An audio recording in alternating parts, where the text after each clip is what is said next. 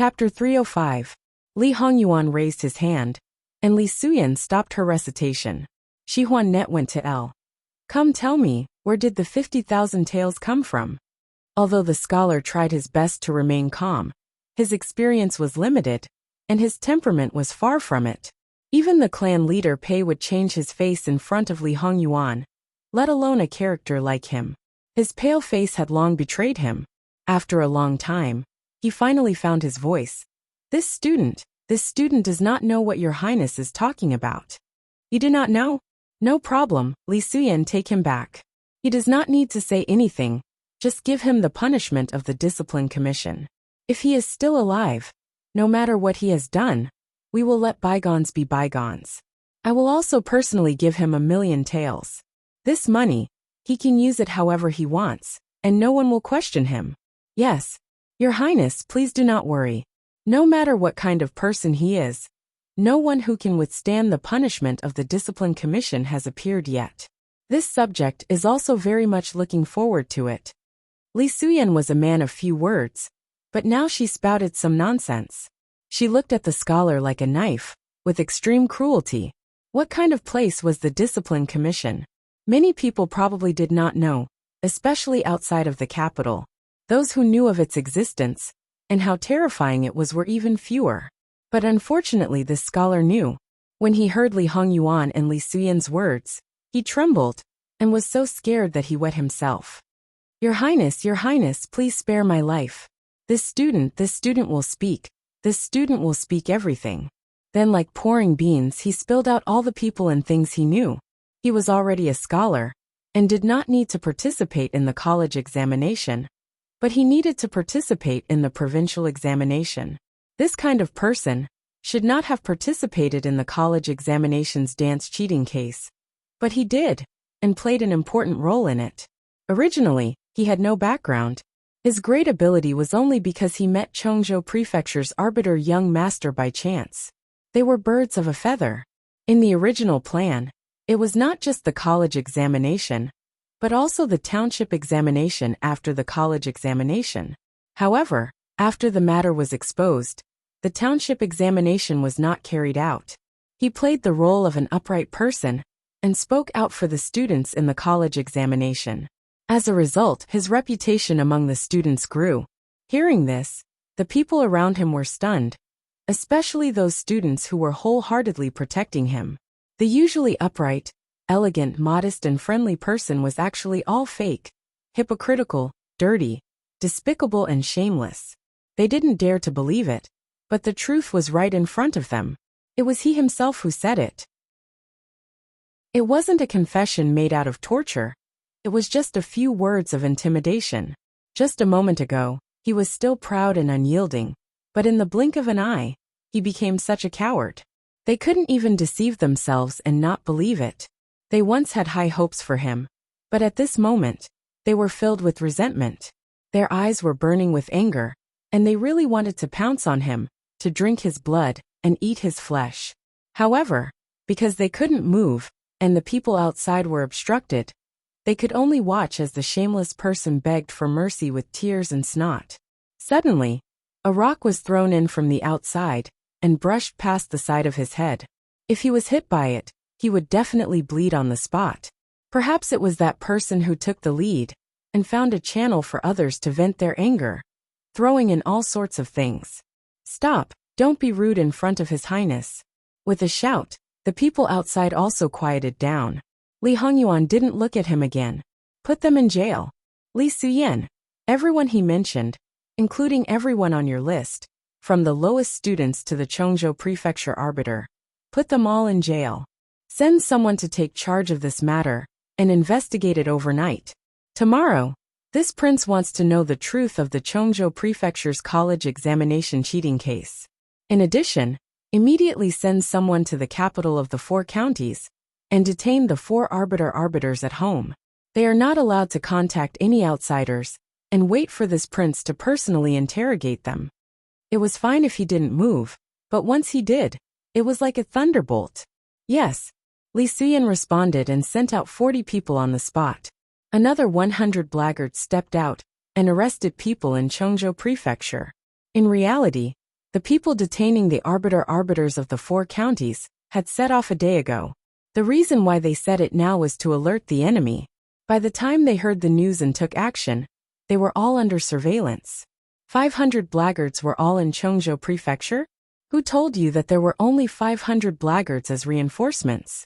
Not only the arbiters, but also the arbiters of the various prefectures, and even the arbiters of the counties, were all under surveillance. Those sent out now were just for show. The arbiter of Cheongjo Prefecture was among the officials. When he heard the words of the student, he was already trembling like a sieve. At this moment his legs went weak and he fainted.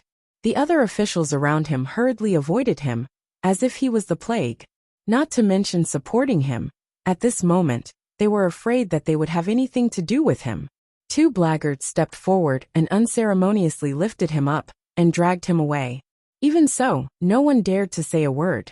As for the other relevant personnel present, they were all taken away. After dealing with this matter swiftly and decisively, Li Hongyuan looked at the group of people who were paralyzed on the ground. What do you all want to cause trouble today? In the eyes of these students, Li Hongyuan came down to go through the motions, and it could be said that they deeply detested him. However, that was in the past. At this very moment, this impression could be said to have taken a 180-degree turn. It was very clear that this Jin Qinhuang was not inactive, but had already acted in secret. He had grasped a lot of evidence, and was only waiting to act. They were misled by others and did unwise things. Thinking of this, many people's expressions changed. It was only now that they reacted. They had been used by others, used by their anger and ignorance. Among them, another student who was probably more reputable struggled to stand up, and bowed deeply towards Li Hongyuan to express his apology. Then he explained the whole story of the matter. Thinking about it again, the reason why they were so agitated was not because they had been incited again. The perpetrator was also these people who were brought out. Thinking about it now, this student's heart is extremely guilty. The first thing to study is to be sensible. This time, not only was I not sensible, I also believed in rumors, and deeply misunderstood Wang Ye. Asking for Wang Ye's forgiveness. Misunderstood Ben Wang? It's not to the extent. Ben Wang has nothing other than a body of skin. In the entire capital, who doesn't know who doesn't know? The reason why His Majesty appointed Ben Wang as the imperial envoy is because Ben Wang does not touch any aspect, and is not stingy with one. What Ben Wang wants to do, no one can control me, and I'm not afraid of offending anyone. Because of this, people are afraid. This matter is very big and involves many people. There is probably no one more suitable than Ben Wang to be the imperial envoy. Those people in the capital have revealed a lot to the officials in Jiangnan. It seems that these people have also revealed a lot to you. Then, have they not told you that Ben Wang is a person who will seek revenge for the smallest grievance? If you fall into Ben Wang's hands, even if you don't die, you will lose a layer of skin. If you are injured or die, Ben Wang's reputation will only be blackened by a layer. You will have nothing, and the others will be quiet. The people who have a headache over this matter will probably not be left with a headache. Many people's faces changed, but at this time, they did not rashly do anything that angered them. Ben Wang is unreasonable, but there is no other way. Who let Ben Wang marry a reasonable Wang Fei? If Ben Wang were to dispose of you today, Wang Fei would blame Ben Wang later. Every injustice has its perpetrator. Every debt has its debtor. Today Ben Wang will let you all go, Li Hongyuan lightly said. The students who were looking for trouble breathed a sigh of relief. Facing a Wang Fei, no matter what his true temperament was, this pressure was also very big. And today, even if they were used, it was indeed their fault. Receiving punishment was also a matter of course. However, even if this Wang Fei really had no redeeming qualities, as long as he could keep watch and make the people below him obediently do things, it was good. There was no superior who would do everything personally. Many thanks to Wang Ye. They breathed a sigh of relief, but the accompanying officials stretched a sheet of skin. Every injustice has its perpetrator. Every debt has its debtor. They were the perpetrator. They were the perpetrator. The meaning of Jin Wang Fei's words could not be more obvious. It had only been 2 to 3 days, but they felt like they had lost 10 Jean. If they were to be picked on again, it was simply unimaginable. More importantly, they had the intention to use the students to scheme against Jean Qinhuang. From the looks of it now, it was clear that he was the one who beat them at their own game, and schemed against them instead. No one died, the swiftest suppression, and the capture of the thorn. None of these were not the most powerful proof. And the result was also obvious. Using the more prestigious students as an example, using the most incisive facts to tell them what the truth was, then following this, no matter who Jean Qinhuang wanted to capture, even if it was someone who was once revered, no one would stand up. Because there was no need for someone to guide them, they would also subconsciously think that the person they revered perhaps was the same as the person they trusted, with two faces and two faces. As a result, Jean Wangfei's following actions would be much simpler. Choosing the location in front of the teacher's building was not a foolish decision, but a part of the plan. It was deliberately set up. It could not be more brilliant. Jean Wangfei had been in Kaimingfu for so long, and had nothing to do. Did they really think that he was deliberately standing there as a target to attract everyone's attention? The other matters had already been carried out in secret. Otherwise, where did the evidence in his hands come from? It also made people have no choice but to suspect. Did he also have more evidence in his hands? The accompanying officials, on the surface, said that they were investigating and secretly said that they were helping. But in reality, what was going on? True and false, false and true. At this time, who could still trust? The person you trust could be said to be the person who would ruthlessly stab you in the back. No matter if it was one of your own people or not, as long as there was suspicion, all the huddles would fall apart. However, even if they knew the other party's intention, they still had to be led by the nose. This was not a conspiracy, but a genuine open conspiracy. There was no way to break it. Including Governor Su, they were all caught in a predicament. After all, compared to other people, he had more shameful things. And towards Li Hongyuan, this person, it was very frightening.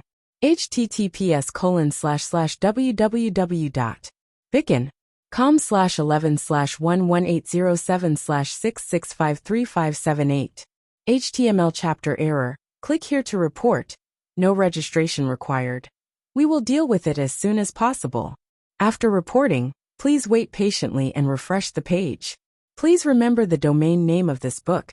www.bicken.com. Bicken.com mobile edition reading website. Bicken.com.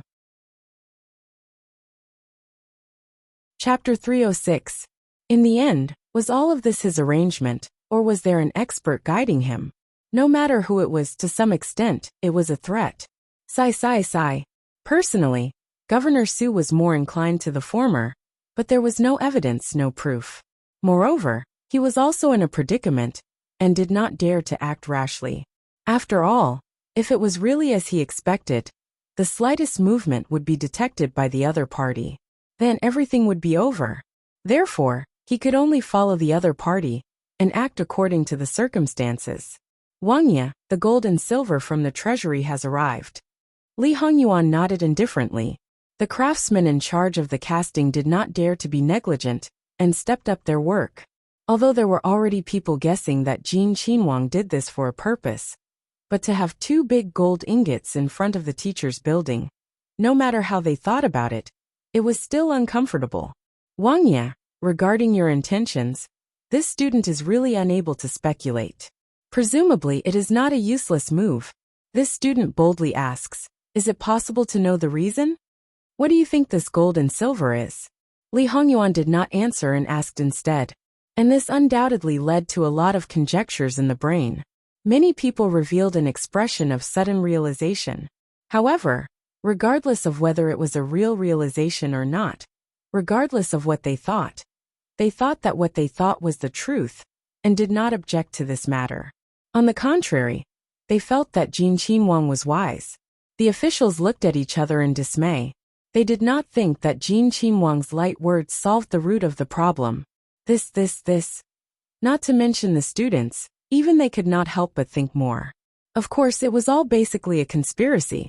No matter what, They would not pursue the answer from Jin Qinhuang. His specious words seemed to indicate that some things could not be announced. Everyone was understanding people. How could they go and make things difficult for Jin Qinhuang? That was really too insensible. Li Hongyuan faintly hooked the corner of his mouth. If he could not handle such a small matter, wouldn't he, Li Hongyuan, have lived in vain? Ben Wang has already written to the imperial court. The imperial court will send people to take over these gold and silver as soon as possible. During this time, you might as well help guard it together. That student was startled and immediately recovered. This student is duty-bound, with a bit of firmness of being entrusted with a heavy responsibility. After that, more and more gold and silver arrived, until all the silver in the treasury was gathered together. More and more people gathered around, and more than 99% of them had never seen so much money before. Boxes after boxes were filled with silver ingots and gold bricks. They unconsciously began to salivate, imagining how great it would be if all this money was theirs. However, seeing more and more officials, they could only dream about it. The number of people discussing this was definitely not a small number. However, most of the thoughts were that their Chongzhou government had quite a lot of money. However, according to Jin Qinhuang's intention, there seemed to be a problem with this money. Seeing the silver ingots and gold bricks being poured into the furnace one after another, the heat waves spreading in all directions made people sweat profusely. However, not many people left. Such a scene would probably only happen once in a lifetime. Your Highness, why don't you return first? Yu Zhongqing suggested. Li Hongyuan also had the same idea. It was so hot, who would want to stay here and suffer? He pulled on the reins and turned the horse around. With a squeeze of the horse's belly, the horse began to gallop. When the other saw the movement, respectfully sending off Your Highness. With one person taking the lead, more and more people followed one after another. The black-clothed guards only left behind 10 people. The rest all followed Li Hongyuan and left.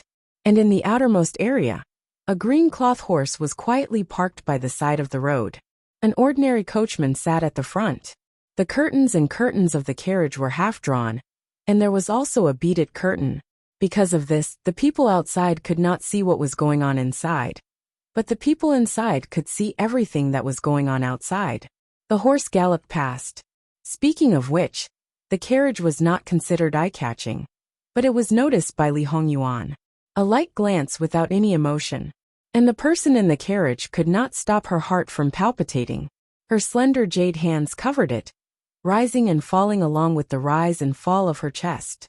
Her upright sitting posture could not stop leaning towards the window, watching Li Hongyuan's departing figure. This was the man she was going to marry, although he was probably a concubine. But this kind of man did not seem to make people resist. Especially just now, when he sat high on the horse's back, seemingly mocking and ridiculing, easily resolving the situation. It was so dazzling. Miss Jin Qinhuang has already gone far. A person who was probably a servant girl asked softly. Let's go.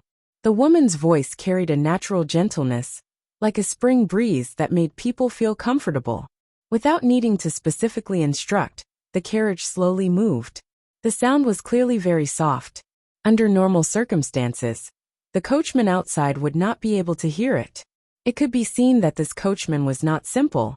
It was just that the woman thought that all of this would pass quietly like this, that no one would know of her arrival. But was it really so? The person who had gone far away. Investigate. Li Hongyuan abruptly opened his mouth. Yes. Others might not understand what Li Hongyuan wanted to investigate, but an E answered naturally. He hadn't followed Li Hongyuan for a day or two, although he still didn't understand his master's thoughts and shouldn't make wild guesses. He still had the necessary eyesight. With one look from Li Hongyuan, and he already understood everything. When Li Hongyuan returned to the side courtyard, he didn't care about the officials who had fallen behind him. He dismounted from his horse, threw away the reins, and directly returned to the inner courtyard. Your Highness has returned. A maidservant hurriedly served tea. Another maidservant went to pour some warm water for him to wash his face and hands. Li Hongyuan casually cleaned himself and threw the towel back onto the tray. Then he went to change his clothes and came out. Where's Wan Wan? Replying to your highness, the princess consort is entertaining a guest. The Futai madam just left, and another person came. Oh.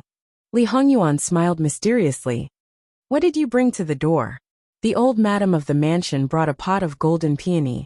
I don't know the details of the people who came later, but it is said that there is a money tree. Golden peony? Money tree? Li Hongyuan murmured. Oh, it's really to his liking. Li Hongyuan didn't go to find Jingwan. He sat down and slowly drank tea. Before he finished his cup of tea, Jingwan came back. Behind her, there were people carrying things. A Yuan is back. Has everything been settled? Jingwan sat down beside him. Li Hongyuan handed over the teacup in his hand. It's just a small matter. Naturally, it didn't take much effort. It's just that this prince went out for a trip, and Wan's harvest is quite rich. Looking at the two trees in front of him, he said, Golden peony money tree, it really lives up to its name. That's right. Jingwan chuckled. The golden peony was a golden tree. From the pot to the soil, from the trunk, branches, flowers, and leaves, everything was of the same color. At least, because of the excellent craftsmanship, it looked very lifelike. People who didn't know that there really was such a special mutated peony in the world. The money tree was much taller than the golden peony. The trunk, branches, and leaves were all made of jade. This jade was naturally not of the same color, but not only the veins of the leaves, but also the texture of the bark. In addition to being slightly cool to the touch was very lifelike. Although it was clear that it was not carved out of a whole piece of jade, there was almost no interface in the appearance. Besides the money on it, Jingwan couldn't see what material it was made of, but it was also very delicate. What's in the box? Li Hongyuan asked. https://www.bicken.com/11/11807/6653579. HTML. We will deal with it as soon as possible. After reporting, please wait patiently and refresh the page. Please remember the domain name of this book, www.bicken.com. Bikugo mobile reading website, bicken.com. Chapter 307. Bodhi beads? There are quite a lot of varieties. Li Hongyuan stretched out his hand and used his finger to pick up a string, 108 small Vajra stones. He casually tossed it aside and picked up another string, 8 sunstones.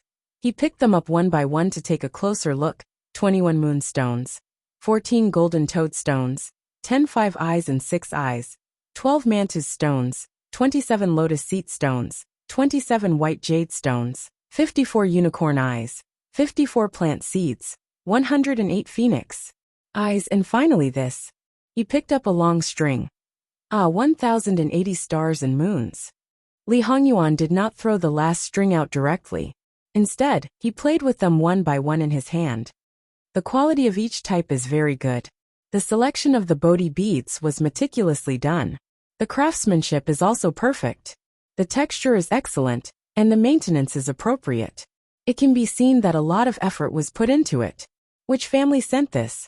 In the whole of Jiangnan, even the officials with the world's background would not be able to take out 1 or 2 strings at a time. After all, this is not something that can be bought with money. Relatively speaking, if you get such a thing, unless you are the mainstay of the family, it is more likely that you will bring it back to show filial piety to the elders in the clan. Jingwan nodded. Because of her grandmother in her previous life, she had some understanding of the Bodhi beads. In her previous life, it was not particularly difficult to obtain all kinds of Bodhi beads. But it was different here. Although she did not know very clearly, these Bodhi beads were very widely distributed. This was indeed not something that could be bought with money. It was something that could be encountered but not sought. If you could get 1 or 2 strings, you would either keep it for yourself or give it away. It was quite difficult to deliberately collect so many, especially the finished products, in the hands of some very important people. Don't talk about buying or begging. If they knew that you were spying on them, you would be directly kicked out. It was sent by someone. The specific person did not say who it was. Only a post was left. I took a look, and there was no name on it. It should be the Bodhi beads that were collected directly, right? Li Hongyuan nodded. From this craftsmanship, it is almost certain that it was made by the same person. It should not have been made more than 3 years ago. Yuan is very familiar with the Bodhi beads. I only know about 3 or 4 types of Bodhi beads. I can't say that I know a lot. Li Hongyuan threw the prayer beads back. No matter who sent it, ask someone to take a look at it later. If there's no problem, Wan can keep it. Although in my opinion, these things that were deliberately made to curry favor have long lost their original value and meaning. They're just a relatively rare plaything. Take them back and give them away. Wan hasn't touched it, has she? Jingwan was speechless. Isn't it too late to say this now? It's true that I haven't touched her before. You're the one who touched her, aren't you? As long as you didn't touch it. Li Hongyuan didn't care about himself at all. Wan, do you think the person who gave the prayer beads has some special meaning? What special meaning could there be? Not to mention Qi Yuan. Even in the previous dynasty, the common people were more fond of Buddhist items. Buddhist beads, Buddhist statues, and the like could not be more commonly seen. From high officials and nobles to commoners, how many people could see them? Could it be cursing you to become a monk and cursing me to become a nun? Yuan, aren't you too free? Li Hongyuan nodded. I'm quite free. It's not as busy as I expected. I have to deal with these useless people, but they all wash their necks clean and stick their necks under the knife. It's not challenging at all. His words were full of disdain. That's because you're not the one doing the work. Haven't you heard that the higher-ups run their mouths, but the subordinates run their legs? You're so free. It's all because other people are busy. He was a classic example of taking advantage of others, but still acting innocent. He really deserved a beating. If others heard this, they would curse him. Even if the higher-ups worked hard, without me taking charge of the overall situation, it's useless even if those idiots ran their legs. Even if they're free, Wan can't take credit for me. Jingwan looked at a certain someone's smug and slightly aggrieved expression. She felt that this man was simply getting smaller and smaller. She really didn't know what to say. It's just that the matter is too big. We have to be careful. Don't overturn the boat in a small canal. Li Hongyuan sighed softly. With a wife like Wan who always keeps her reason spurring me, it's hard to be complacent and careless. Don't flatter me. Jingwan had always been very clear about her own weight. This is the truth. Why doesn't Wan believe it? The living king of hell expressed his helplessness. It was still the same sentence. If it was just him, it didn't matter at all if something happened. Because she was here, he didn't allow any mistakes. Jingwan glanced at him, and was too lazy to pay attention to him. She went into the inner room to change her clothes. Li Hongyuan clicked his tongue, and looked at the things in front of him again. They were all expensive. This was just the beginning. His expression became indifferent. No matter who sends things in, don't let your princess touch it. I'll have Njio follow them. Yes. Nanny Gong replied. She didn't promise anything. She would only do her best to protect her master. Occasionally, the maids didn't quite understand Li Hongyuan's words, but Nanny Gong could take it for granted. They didn't doubt anything. They just felt that Nanny Gong was very powerful. However, because the powerful impression of Nanny Gong had long been deeply ingrained, and they were used to it, they never mentioned it in front of Jingwan. In this way, Jingwan repeatedly missed some opportunities to find out the truth. In fact, neither Li Hongyuan nor Nanny Gong deliberately hid it. Li Hongyuan raised his chin, and Nanny Gong went out. She just said a few words at the door. Jingwan changed her clothes and came out. And Njio had already come over.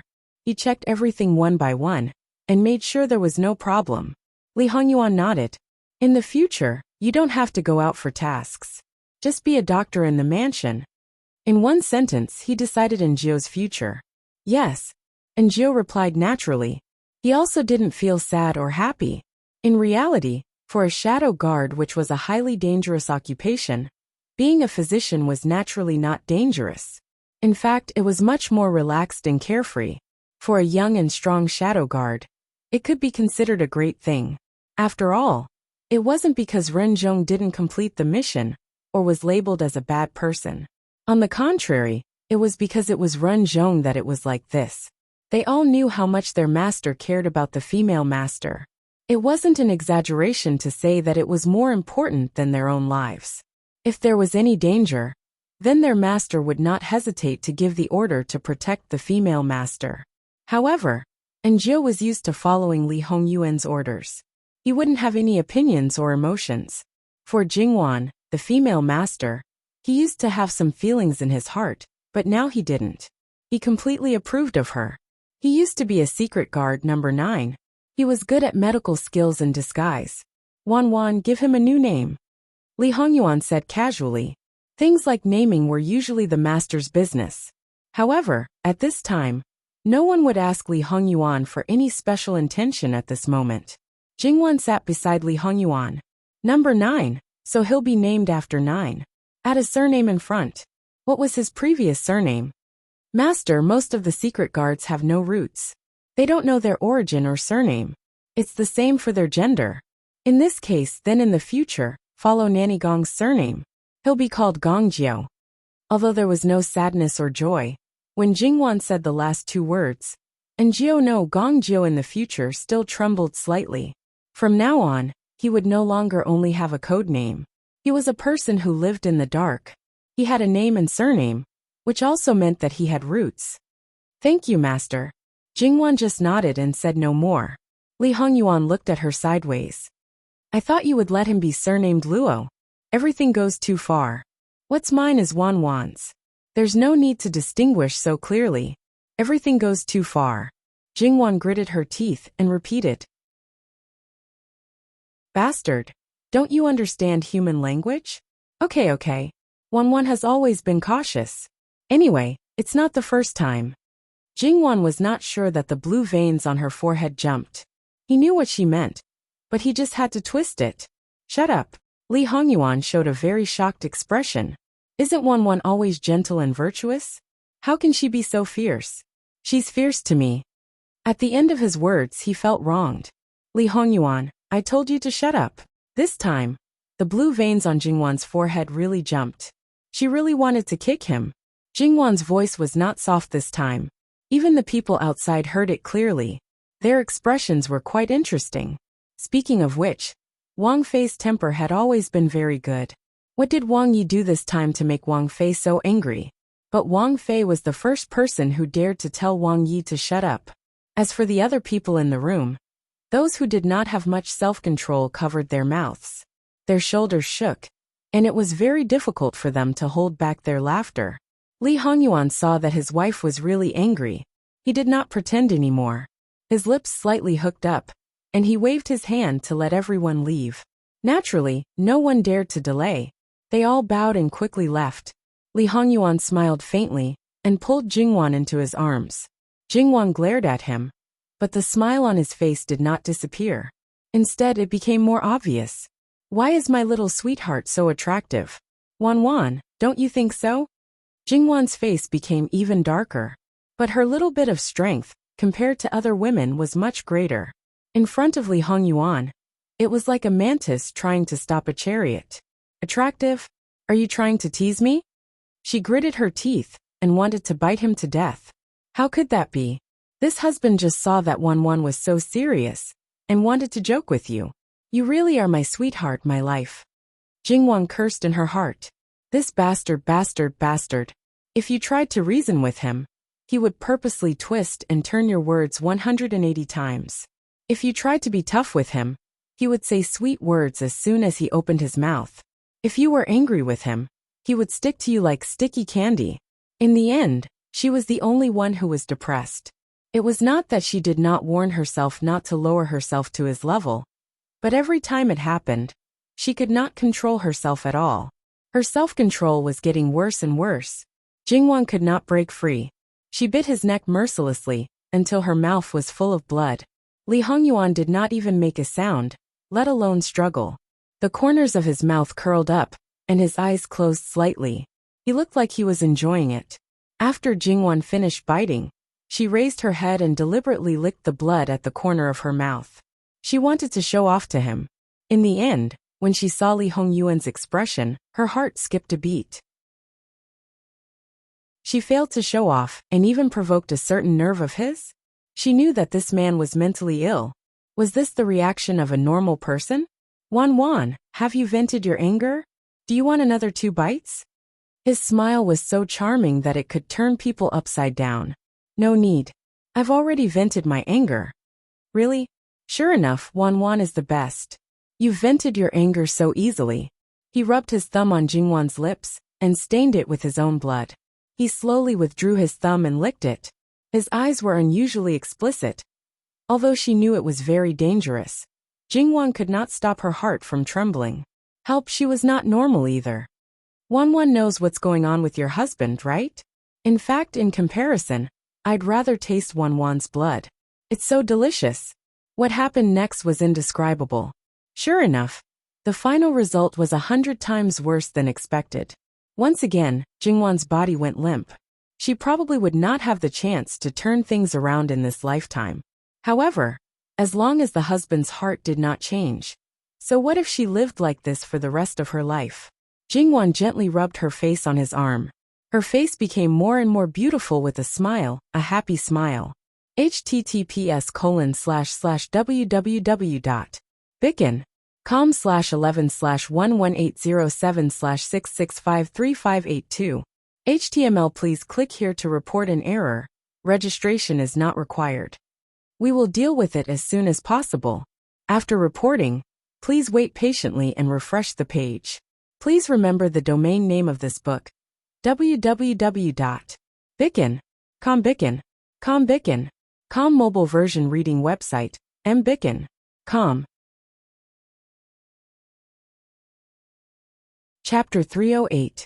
Li Hongyuan leaned crookedly on the big pillow with one hand supporting his cheek. His hair was neatly tied up, but the collar of his clothes was a little messy. His whole person was very lazy, as if he was not in the situation. And he didn't get a response for a long time, and he didn't repeat it. He just waited quietly. After about the time to drink a cup of tea, he moved and reluctantly sat up straight. Eunuch Mu quickly and calmly served a cup of tea. Li Hongyuan lowered his head and took a sip of the nourishing tea prepared by his wife. To be honest, Li Hongyuan didn't like this tea very much. Although it didn't taste bad, after marrying his wife, he naturally followed her. For example, he didn't like most of the materials, but his wife said it was good for the body and gave it to him. He could eat it without changing his expression. Say it. Li Hongyuan put down the cup, moved his neck slightly, and slowly closed his eyes. And he concisely narrated. Those Bodhi beads were also sent by them. Li Hongyuan opened his eyes and didn't say a word. Obviously, this matter didn't cause any emotional fluctuations in him. Pass down the words. In half a month, Shannon County will enter the provincial examination. This prince will personally oversee it. Muin, write the memorial and respectfully ask Imperial Father to personally write the questions. He probably didn't expect Li Hongyuan's thoughts to jump so quickly. These were clearly two unrelated matters. However, no matter what decision Li Hongyuan made, they only needed to execute it. Currently, none of the people around Li Hongyuan could participate in the matter as an aide. However, he could handle these matters by himself. Such a big matter was naturally spread out immediately. In a very short period of time, almost everyone in the prefectural city quickly spread to the surrounding counties. At the same time, people were sent to inform other prefectures, especially Shannon County's Jianchuanzhou Prefecture city, as the location of the provincial examination in Shannon County, and it was a special period, they had to make preparations. After the officials in the outer courtyard of the courtyard learned of this, they looked at each other, and then unanimously maintained silence. It was true that when he did not move, it was fine. But when he moved, it was like a thunderbolt. Moreover, at this time, the students were already waiting impatiently. They did not know when the end would come, and even felt that the road ahead was bleak. His sudden action was undoubtedly a great reassurance. Furthermore, with the head of education being detained, there was no need to worry about the same thing happening in the provincial examination. Furthermore, he had expressed that he would personally oversee the examination, respectfully inviting the emperor to personally draft the questions, making everyone feel at ease. There were 4 counties and 28 prefectures in Jiangnan, with Shannon County taking the lead. How could the other 3 counties sit still? No matter what the original attitude towards Jin Qinhuang was at this time, no one would make things difficult for him. They might even flatter him and hope that the matters in their own territory could be resolved as soon as possible. After all, the source of students was also a part of the political achievements. If it was not resolved, then in this area, the evaluation would be the worst, and it would not only affect the future of the students. After all, in this time's provincial examination, not every prefecture had problems. There were too many people who were worried and impatient. The students of Chongzhou Prefecture, who were the first to receive the news, regardless of whether they were preparing to participate in this year's provincial examination or not, were all very excited. Previously, they had indeed wronged Jin Qinhuang. How was this not doing anything? He clearly had a card up his sleeve and was only waiting for the right opportunity. There were many who excitedly began to pack their things, preparing to immediately head to Chuanzhou Prefecture City. Half a month was not a lot of time. Here, because there was a canal that directly connected the 2 prefectures, it was fast and convenient to travel. It should be known that for people in relatively remote areas, if their family was poor and could not wait in the prefecture city, and had no choice but to return home, if they received the news and rushed over at this time, if something happened, they might not be able to return in half a month. But would there be people who would complain that this time was too rushed? No. As the saying goes, a long night is fraught with dreams. After the excitement died down, they could not help but worry about the people who had participated in the provincial examination. Obviously, that examination, no matter what the result was, would definitely be invalid.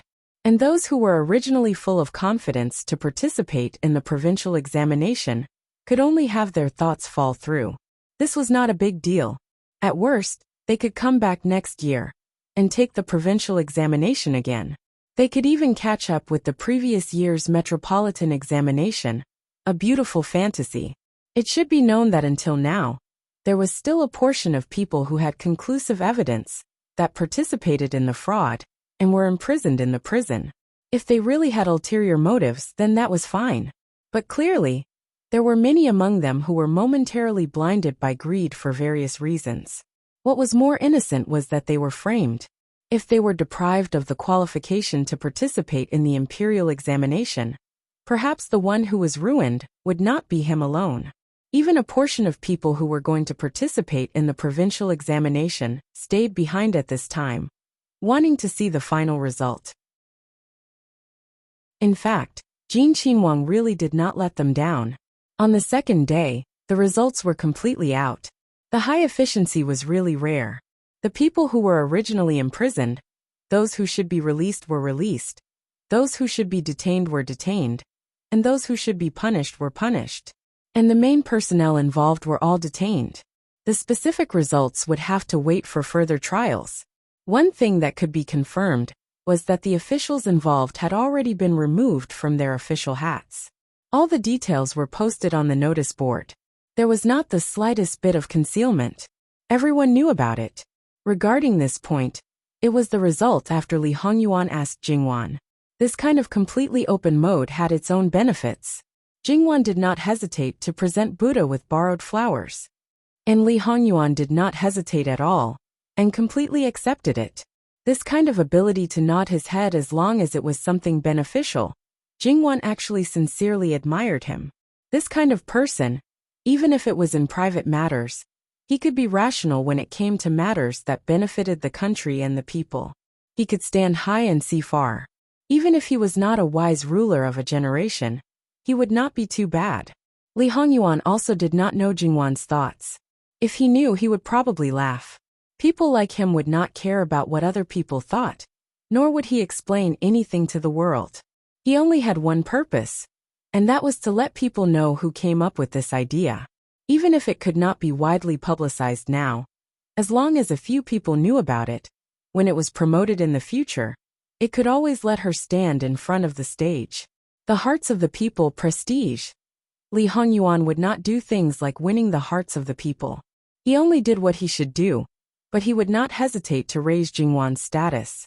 Even if doing this now might cause the emperor to be suspicious, and think that he was using his wife's name to do something improper, he would not hesitate to do it. Those who were originally in despair in prison did not expect that not only would they be released in one piece, but their originally dead end would also be rekindled. This was because those who bought the exam questions were not permanently disqualified, but were banned from taking the exam for 3 years. 3 years was a waste of time for a small number of scholars, because they had the ability to go all the way. Even if they knew the exam questions, they would not bother to buy it. Most people had studied for many years, so 3 years was just an extra 3 years for them. It did not affect them at all. Not to mention those who were unlucky and became the scapegoat. Not only did they not suffer any harm, they also received additional compensation. People like this were generally people with no background and were relatively poor. The compensation given to them was that their names would be recorded in the records. In the future, no matter where they were in the imperial examinations, their meals and lodging for a month would all be paid by the imperial court, no matter how long they took. Whether it was the former or the latter, in short, these people who originally felt that they were extremely unlucky all felt joy at the turn of events, especially the latter. They even felt that they were so lucky that they cried tears of joy for a moment. We are so grateful to our wise and mighty His Majesty that we shed tears of gratitude. Yes, the official statement was that this was the emperor's intention. This was also Jingwan's masterpiece. However, it was obvious that this matter would win the hearts of the people, so of course, it was safest to place the title on the emperor's head. Although Li Hongyuan did not really like it, he also knew that Jingwan was doing this completely for his sake. In the end, he could only nod his head. The college examination cheating case was considered to have officially come to an end in Chongzhou Prefecture. However, for this entire matter, this was only the beginning. At the same time, unbeknownst to everyone, Chongzhou Prefecture had also sent out a group of people to various counties and villages to pick up the examinees who had returned home. Jingwan's reason was very simple. After so many years of hard work, perhaps she had been waiting for this once. It was fine for the rich, as they could just wait another year if they missed it. However, for those whose entire family had tightened their belts to support a scholar, perhaps they would not be able to survive another year. Moreover, this time was so tight because of her husband. As a virtuous wife, she naturally had to help clean up the aftermath. Although her last words were teasing, Li Hongyuan enjoyed it very much. Regardless of whether it's subsidies or transportation, they can all be used within the scope of Qiyuan. It might seem like it costs a lot, but it's actually not. After all, most of the people are scholars and rich people. The specific details can be slowly considered. However, there is no rush. It can wait until later, when you rise to the top. And this provincial examination, why is it not held in autumn? The normal time is in early May. However, it is already summer. The provincial examination has 3 rounds, 9 days and 7 nights. If the weather is cooler, it will definitely be more comfortable. Li Hongyuan had always known that Jingwan had a righteous heart. Towards the weak and the poor, she had the kindness of wishing the best for everyone. As long as she was given a chance, she would definitely work hard for it. This righteousness might have something to do with her background, or perhaps it was in her nature to have such feelings. Li Hongyuan might have scoffed at such feelings if it were someone else.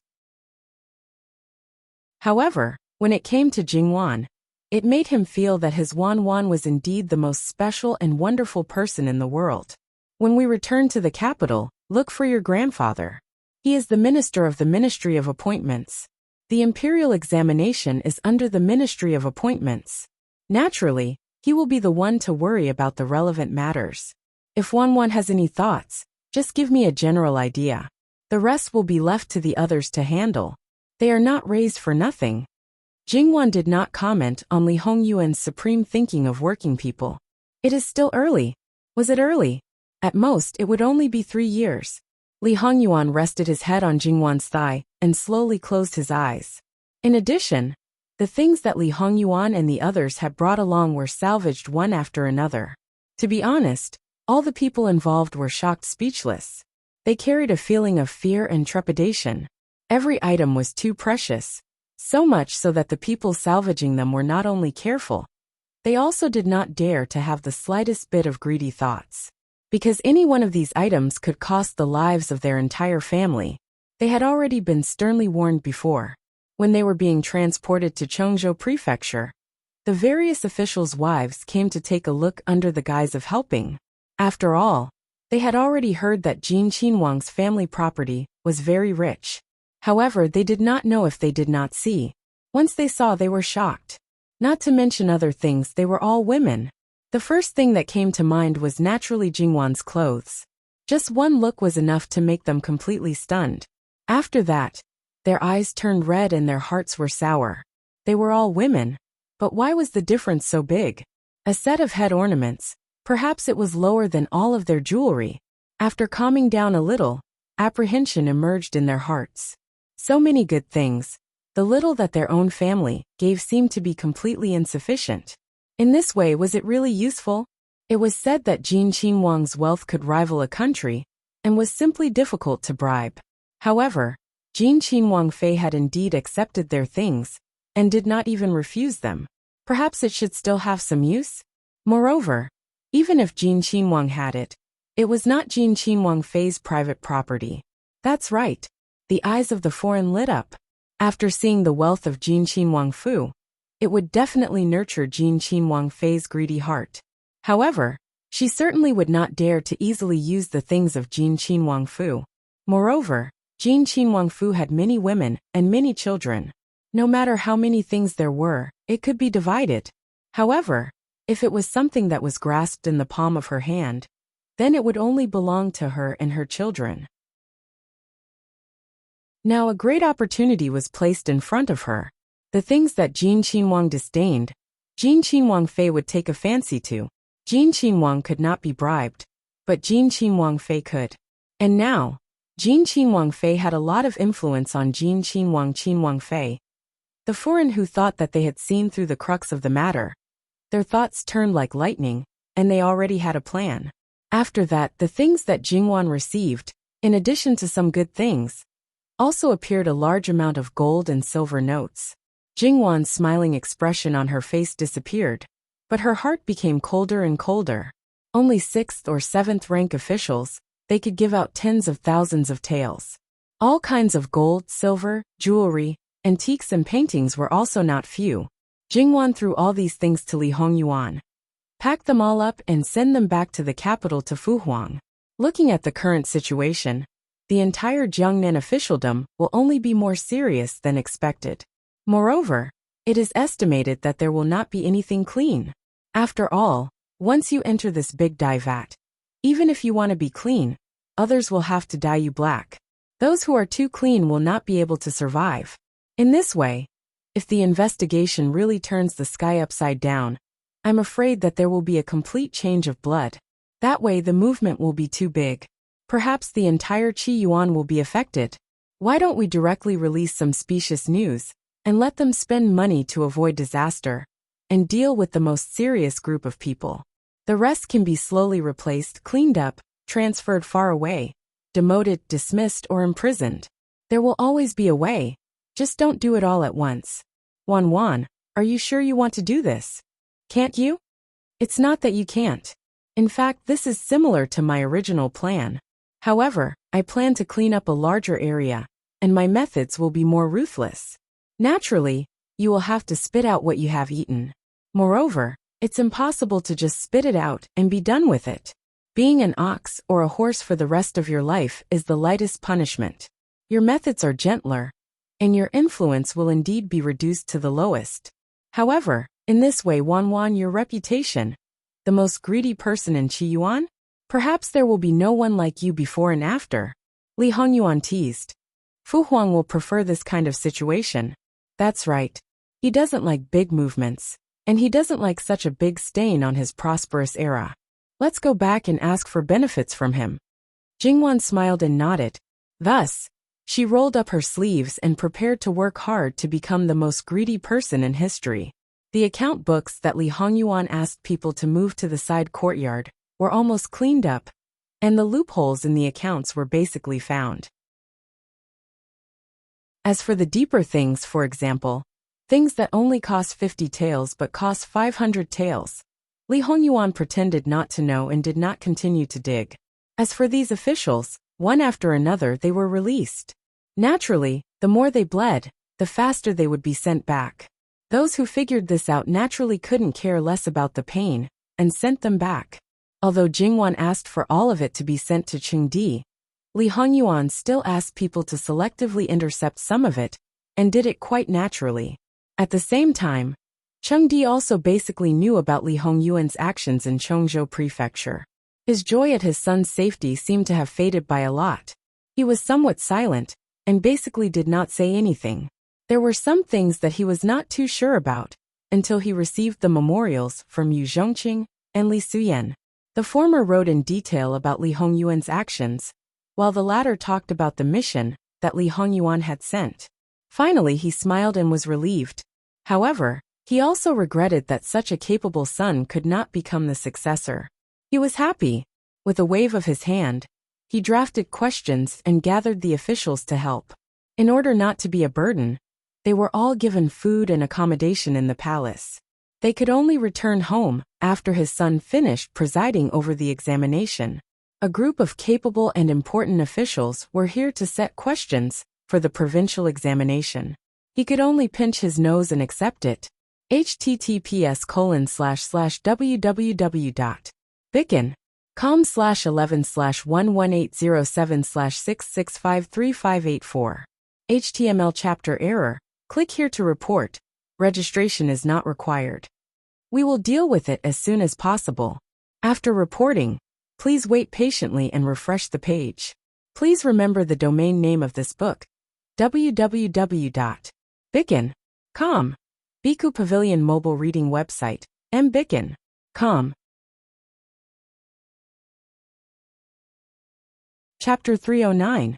Time was already tight enough, yet Emperor Qing also had a whim to do something. He disliked that one set of questions was too little, so he divided the officials into several groups. Under the circumstances where they were not allowed to reveal the questions, he made a total of 3 sets of questions. Then he prepared to let his son casually choose one to use. To put it nicely, he strived for fairness and strictness. The officials silently cursed that he was purely looking for trouble. It was just a county's provincial examination. Even if it was a metropolitan examination, there had never been such a big spectacle. Was there a need to? Moreover, at this juncture, there was really no one who would be interested in this question and take the huge risk to reveal it to the people below. People who really did this were not daring because of their skills, but purely because there was a hole in their mother's head, an idiot. Therefore, some people looked at Emperor Cheng's current actions as if they were looking at an idiot, and Emperor Cheng still thought that he was wise. Because of this special period, it was understandable for Jin Qinhuang to play such a trick. But as the monarch of a country, you regarded the originally more important matters as the most important, so important that you neglected other matters and wasted too much manpower and time. The gains simply did not make up for the losses. Many old officials sighed in their hearts. Emperor Cheng sent the blackguard commander to personally bring people to deliver the questions, and rushed to Chongzhou Prefecture in Jiangnan at the fastest speed. At the same time, he brought back the 2 gold and silver ingots. When the blackguard commander arrived at Chongzhou Prefecture and delivered the questions to Li Hongyuan, it was only 2 days before the scheduled examination time, and it was already June. Li Hongyuan had only met this commander once when he was taking the test, and then he had left him with his direct subordinate, Li Suyan. Speaking of which, as a commander, his presence was not as high as that of a commander. He even had to be respectful to his subordinates, which was enough. Fortunately, this person's mentality was relatively calm. He knew that he was only helping others to occupy a position, and would sooner or later roll down. Thus, even if Emperor Cheng did not assign him, the important matters of the blackguard were basically handed over to Li Suyan, and became a hands-off shopkeeper. Li Suyan himself was very clear. He seriously completed the tasks that were given to him, and did not overstep the boundaries of seniority. Then Li Suyan brought him up the peak to see the 2 gold and silver ingots in front of the teacher's building. He had the same expression as other people who saw that scene for the first time. Very unpredictable. Jingwan also went to take a look at the 2 ingots. She simply couldn't bear to look at them. If it was anywhere else, the sense of dissonance would not be so strong. But that place was really. Although she knew that Jin Qinhuang had a special reason, Jingwan saw the old teacher shaking his head and sighing. Jingwan really wanted to tell them that there was a special reason for this. That bastard did it on purpose. The blackguard commander might have cared a lot about those test questions, but Li Hongyuan didn't take them seriously at all. He casually tore open the seal and flipped it open to take a look.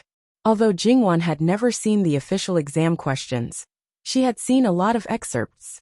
Thinking about the duration of the exam, she knew that there were definitely a lot of questions. In the first round, Sutra and Moi. In Jingwan's opinion, this sutra was a bit like the fill-in-the-blanks exams in her previous life. The questions were usually excerpts from a sutra and cover up a few words. The examinee had to fill in the missing words. As for Moi, it was a question and answer about the sutra. The number of questions was so rich that it made Jingwan tremble a bit when she saw it. In the second round, there was a poem with 5 characters and 8 rhymes, for sutra poems, and a selection of 3 books from several important books. There was also an imperial edict, a judgment, a statement, and a warning.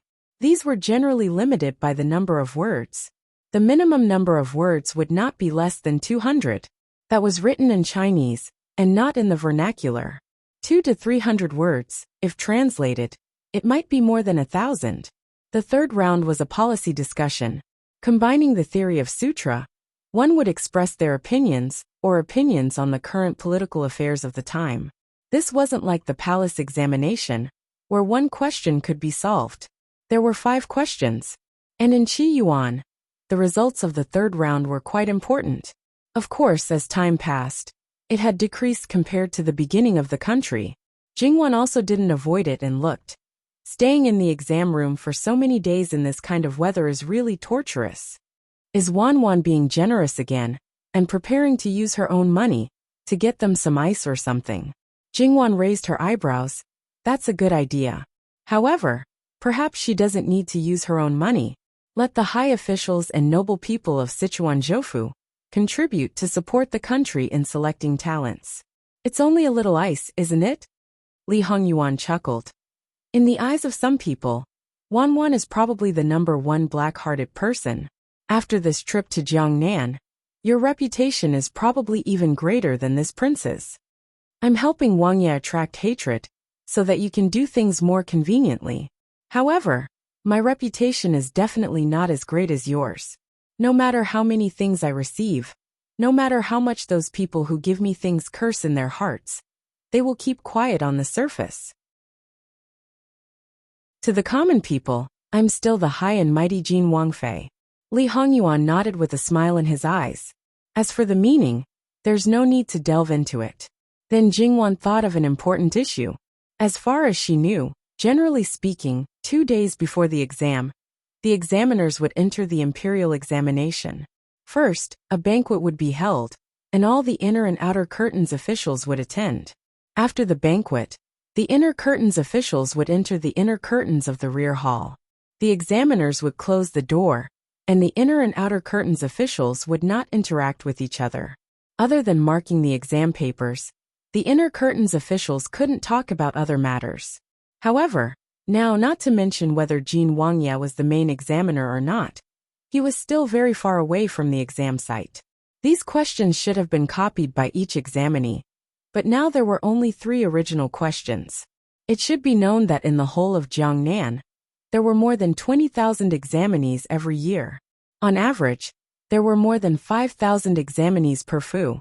With each person having a set of questions, the workload was definitely not small. Even if they set off now, they would only reach Sichuan Zhoufu tomorrow. Was it certain that the exam questions would be delivered to the examinees the day after tomorrow? Jingwan raised her doubts. Yuan, this time you seem to be very unreliable. She ridiculed. At this time, the examiners of Sichuan Zhoufu, one by one, were probably like ants on a hot pan, anxiously running around in circles. Li Hongyuan disagreed. and was not the least bit anxious. Just adjust the order of the exam, and it will be over. Just put the first round at the end. How simple. Jingwan opened her mouth and was speechless. According to what he said, indeed, the content that needed to be copied the most should be put at the end. In the first few days of the exam, there was no need to worry about not being able to produce the exam papers. As for whether it was in accordance with the rules or not, the living king of hell was born to break the rules. Or it could be said that the living king of hell was not in accordance with the rules. The commander of the blackguard breathed a sigh of relief. The things that were originally packed to become an emperor had not been sent away yet. Now they were all given to him. Then, Li Hongyuan and the others flung their sleeves and boarded the ship to leave for Sichuan Zhoufu. When Li Suyin came to say goodbye to the superior, he only knew about it. It could be said that he was dumbfounded. He also did not know the specific time of the exam, otherwise he probably would not be so relaxed. Now that he knew, his forehead was full of cold sweat. He inwardly blamed himself. Did he delay the time? Leaving Chongzhou Zhoufu this time was not like leaving Kai Mingfu with anger. Therefore, the people who should be taken away were all taken away. In the end, the people who stayed in the other courtyard were only missing the two who were strangled to death by Li Hongyuan. The rest were the same as when Jingwan and the others moved in. The Furins whose family property had shrunk by more than half did not have the mood to care about these things. Now their impression of Jingwan was that, on the surface, she looked gentle and kind, but in reality, she had a Buddha's mouth and a snake's heart. She was ruthless and black-hearted, greedy by nature, a bottomless pit of dissatisfaction. Not only that, she was also jealous, and did not allow any other woman to get close to Jin Qinhuang. How could such a person marry into the imperial family? Sure enough, her disguise was too good and she deceived too many people. In addition, the fact that Jin Qinhuang was henpecked was very surprising. Otherwise, why would he guard such a woman and ignore other beauties? Before Jin Qinhuang got married, wasn't he famous for being dissolute and fond of beauties? This kind of change, could it be because he suddenly cultivated his heart and character? It was absolutely impossible. As the saying goes, mountains and rivers are easy to change, but one's nature is hard to change. Therefore, it could only be that Jin Qinhuang Fei was too fierce that even Jin Qinhuang, who was known as the living king of hell, could be tidied up by her. The matter of money could not be discussed, but this aspect could be discussed. Wasn't it completely consistent with some of the rumors in Kai Mingfu? Just as they were about to set sail on the canal, someone came to report that there were two young masters and young ladies from the aristocratic Min clan who were out on a visit and were about to return home. They learned that Jin Qinhuang was heading to Chuanzhou and wondered if they could travel together to protect themselves. Li Hongyuan waved his hand indifferently, which could be considered as agreeing. After all, the Min clan could be considered to have paid a lot of Qi Yuan. Jingwan saw a flash of ridicule in Li Hongyuan's eyes. What? https://www.bicken.com/11/11807/6653585. HTML chapter error. Click here to report. Exempt from registration. We will deal with it as soon as possible. After reporting, please wait patiently and refresh the page. Please remember the domain name of this book, www.bicken.com. Bikuga mobile reading website, bicken.com. Chapter 310.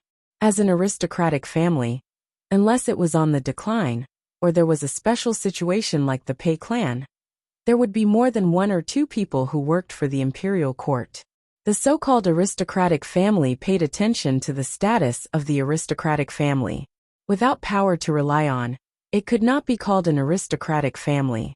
It would also be suppressed and quickly declined. The Pei clan had been like this for nearly 100 years, which was extremely rare. However, although it looked as glorious as before, it had actually reached a point where it was in imminent danger. If the Pei family could not find a feasible solution, it would collapse in less than 10 years. The speed of collapse would be far faster than the process of a normal family's decline. Although Li Hongyuan had trimmed the Pei family very thoroughly in his previous life, it did not mean that he did not prevent the Pei family from being uprooted. At that time, Li Hongyuan's birth mother's identity was exposed. Even if he did not like the Pei family, it was still his maternal family. If others casually added insult to injury, who knew if it would make him unhappy? Some things could be done casually, but others could not touch it. Especially when facing a temperamental person like Li Hongyuan. They had to be careful. Therefore, no matter what the Pei family did, others watched coldly from the sidelines. Not to mention the aristocratic families, it was very common for the family members of officials with a certain status to want to hitch a ride in such a situation. Under normal circumstances, it was not because they were worried about the safety of the road. Although it was safer and more convenient, it was more to show a kind of attitude. It was a kind of respect for the imperial family and recognition of its power.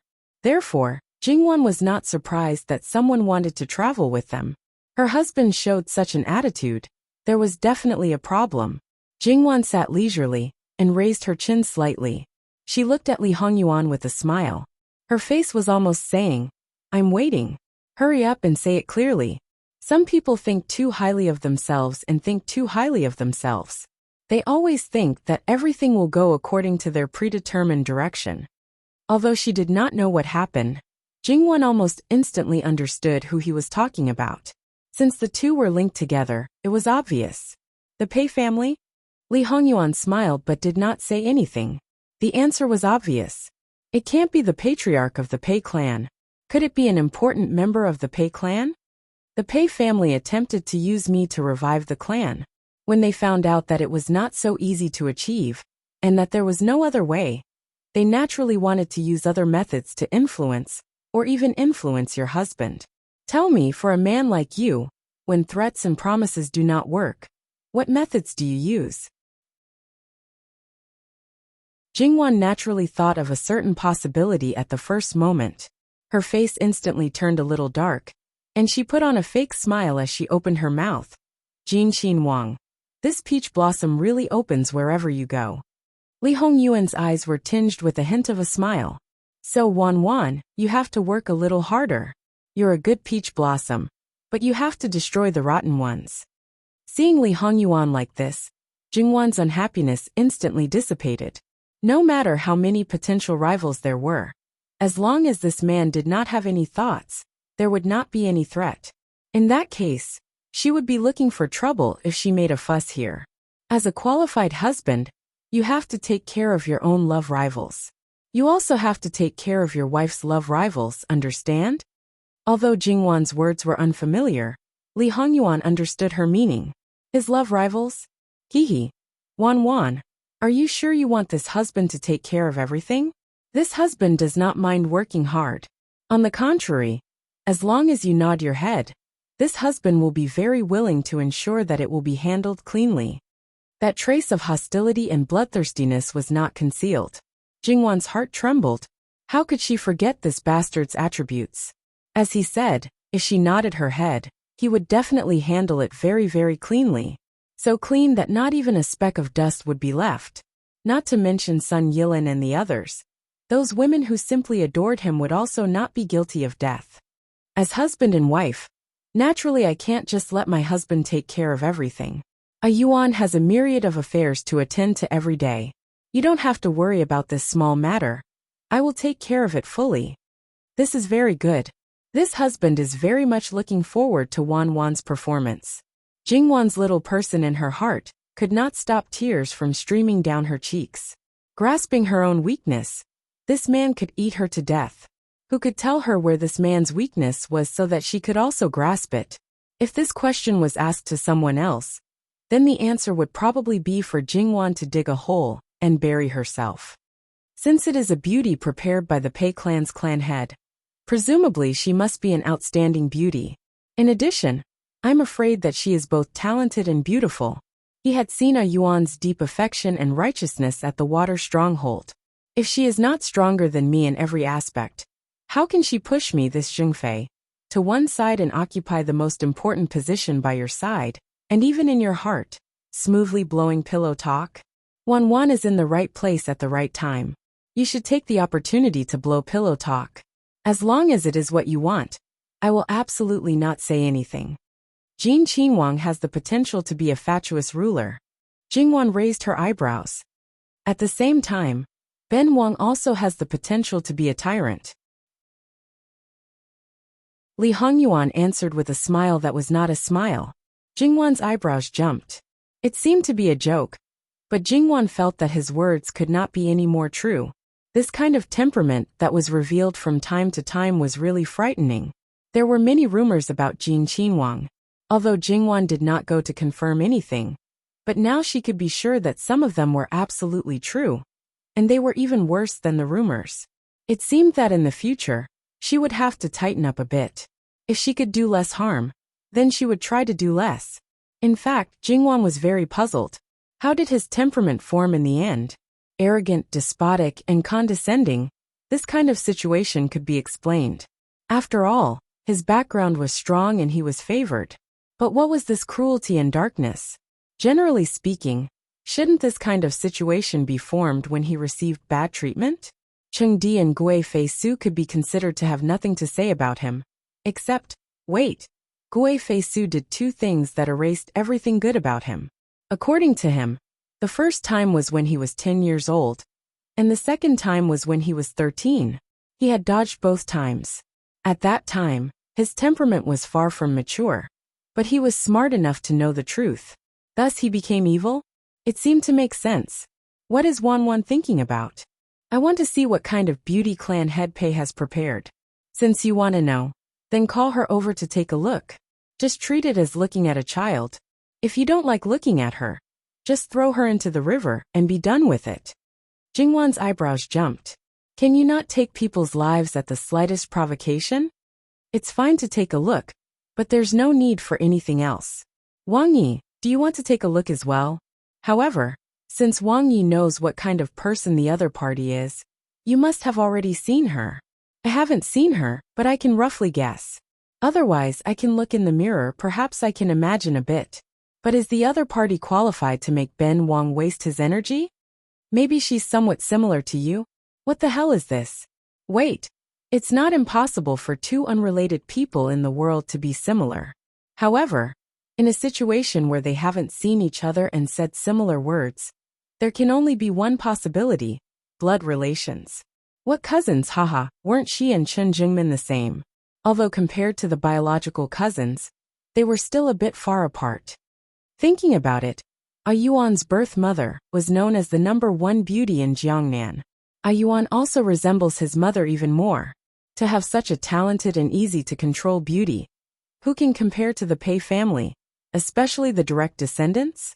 Moreover, when the women of the aristocratic families are raised, I'm afraid they have already been brainwashed to contribute everything to the family. Jingwan said sarcastically.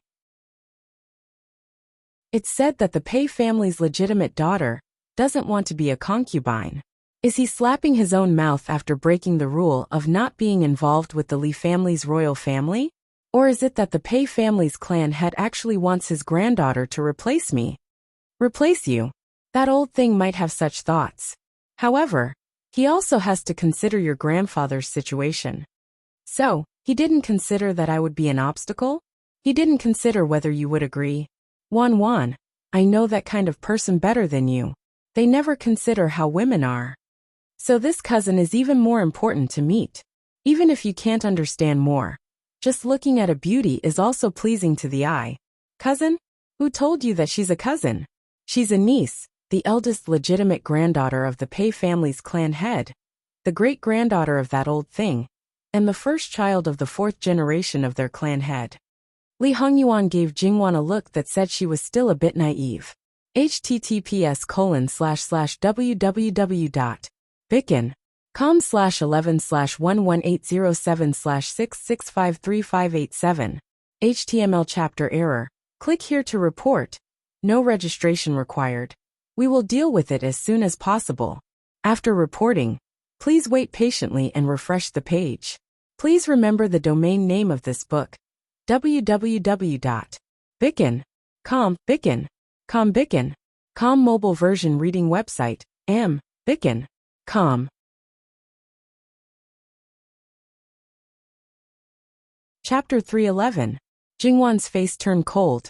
Although in the emperor's harem, there was no lack of situations where aunts and nephews coexisted, and that place did not care about seniority. As the number one noble family, it was disgusting for them to do such a thing. Moreover, Li Hongyuan was not the emperor yet. To put it nicely, he was the grandfather. To put it bluntly, they were not related at all. Could it be that they were not related in name, so they could be so unscrupulous? To be able to give his own great-granddaughter to his grandson as a concubine, it was simply disregarding human relations. How could ordinary people be so shameless? Although the current noble families were not as good as the previous era, when they could share the country with the emperor, they still cared about family status and face. They were also reserved and proud. For example, the current Jiang and Xie families were like this. Although they did not still adhere to the concept of marriage only with noble families of the same level, but among the 4 dukes and 9 marquises who founded the country, if any of them were born bumpkins, even if they were dukes or marquises, if they wanted to marry a concubine's daughter, they would be opposed by many clansmen. Even if there was no one in the branch for 3 generations, even if there was a problem with the girl herself, it was still not allowed. This was the concept of family status among the top noble families. In fact, in their bones, they didn't even take the Li royal family seriously. It was only because the other party was the emperor that they relaxed a little when it came to the marriage of a daughter. Even so, they couldn't do something like the marriage of an aunt and a niece. If the emperor wanted to rob them, he had to think twice. But looking at the daughters-in-law of the royal family, there were very few noble daughters. This was the true reflection of this point. The daughter of the main family, becoming a concubine, messing up human relations, sending herself to the door. Haha, if the other rich clans knew about this, they would probably completely reject the Pei clan's connections. Did the head of the Pei family know what he was doing? Or was it that he was certain that Li Hongyuan would rise to power?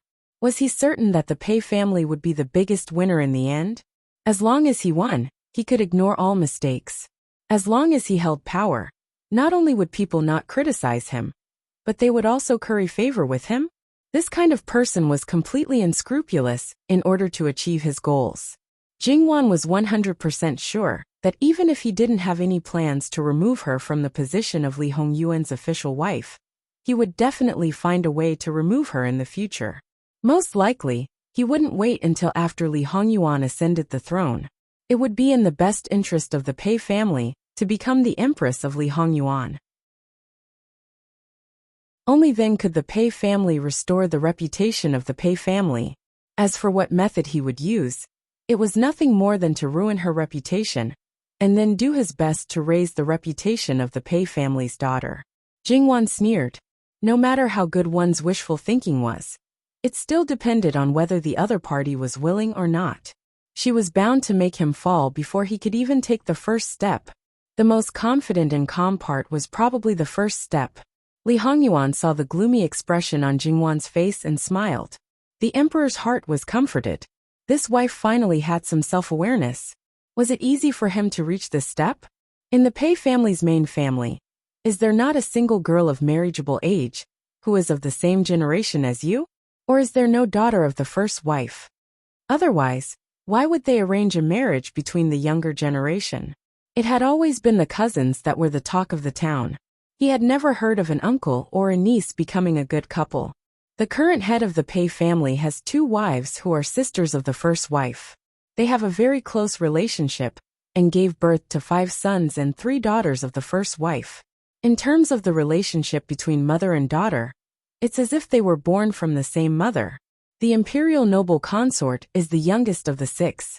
Of the 5 sons of the first wife, the eldest son of the first wife remarried twice, the 3rd and 4th son of the first wife remarried once, and the number of children born of the first wife exceeded 20. There are also 3 unmarried girls. One of them is a pair of twin sisters who are 15 years old, and the other is even younger. As for those born of concubines, there are more than a dozen of them in the previous generation who have grown up.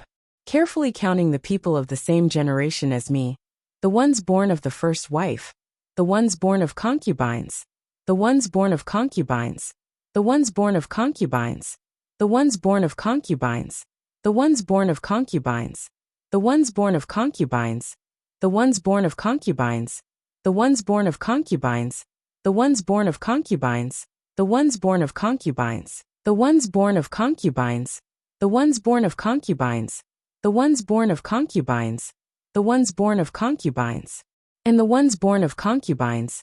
The total is about 156. Jingwan's mouth couldn't help but twitch. The men of the Pei family's main family were really studs. And those wives and concubines also seemed to be able to give birth. Are there so many surviving children in aristocratic families? Didn't they say that the harem of an aristocratic family was like the harem of an emperor? If one could have more than 10 sons, they would be considered outstanding even in the emperor. This Pei family's main family, just based on the number of children they had, one would think that they were a harmonious family. That old thing had a total of 5 brothers, and only one could compete with him for the position of the family head. When he took the position, he only had a younger brother who was 20 years younger than him, and he was born a little mentally retarded. Li Hongyuan purposely emphasized the word born. After he took power, the families of his brothers were separated. At that time, grandchildren were already born, and every family that was separated old and young did not have more than 2 people. Jingwan sucked in a breath of cold air. Comparing the two, the difference was too big. Wasn't he afraid of being criticized? How could that be? Li Hongyuan chuckled, laughing at Jingwan for thinking too simply. Everyone said that he was good at managing his family, and he took good care of his brothers and their families. When his father was alive, he often told others that this child was very kind. Such a big family, lively and harmonious, and there had never been any bad news from his harem. How could outsiders criticize him? They would only envy him and praise him. Wan he valued his children very much. She didn't participate much in the internal strife, but she knew quite a lot. Valuing his children meant that the internal strife could not hurt his children. Only those with his blood were his family, and other women, regardless of whether they were his wives or concubines, were just tools for reproduction. Between his family and his tools, it was obvious who he would choose. If he really used blood to set the rules from the beginning, then it was not strange that the Pei family's main family was so flourishing. However, were the so-called family members really family members? Now it seemed that they were just pawns, and the degree of importance they were attached to was related to their role. Since he did it so carefully, he must cherish his reputation. When he gave you someone, it sounded better to give a granddaughter than a great-granddaughter. The reason why that old thing chose a great-granddaughter, and not a granddaughter, is probably the so-called sincerity. No matter which generation, the eldest son, regardless of whether it is a son or a daughter, will be greatly valued, especially in aristocratic families. Although there are granddaughters who are of marriageable age, although they are both daughters of the first wife, they are the second generation. Whether it is in terms of birth or beauty, they are a far cry from this one. Moreover, the world doesn't know about my relationship with the Pei family. By the time they know, the dust may have already settled. That's probably what that old thing thinks. Jingwan sneered. If the quality is not enough, then the quantity is enough. The twin sister's cousins are probably not worse than the first cousin's niece. He really thought that she was a soft persimmon. If she didn't properly return the favor, she would not be able to live up to her current reputation. What does Wan want to do? Li Hongyuan asked with a smile. Yuan, you don't understand? Yes, I don't understand. Li Hongyuan said calmly. If you don't understand, then do your own thing. You don't need to understand. Didn't I say that I will handle these matters? Men. Princess consort. Send an invitation to the Min family's ship. This princess consort wants to have a chat with the 2 ladies. The subordinates passed the message. https://www.bicon.com/11/11807/66535589. HTML. We will deal with it as soon as possible. After reporting, Please wait patiently and refresh the page. Please remember the domain name of this book, www.bikin.com. Bikago mobile reading website, bikin.com. Chapter 312. Jingwan looked at Li Hongyuan, who was nodding his head seriously and really didn't know what to say to him. It was the Min clan's ship. Since they didn't explicitly say that there were other people on board, even if they were interested in other people, you can't abandon the master and not care about them.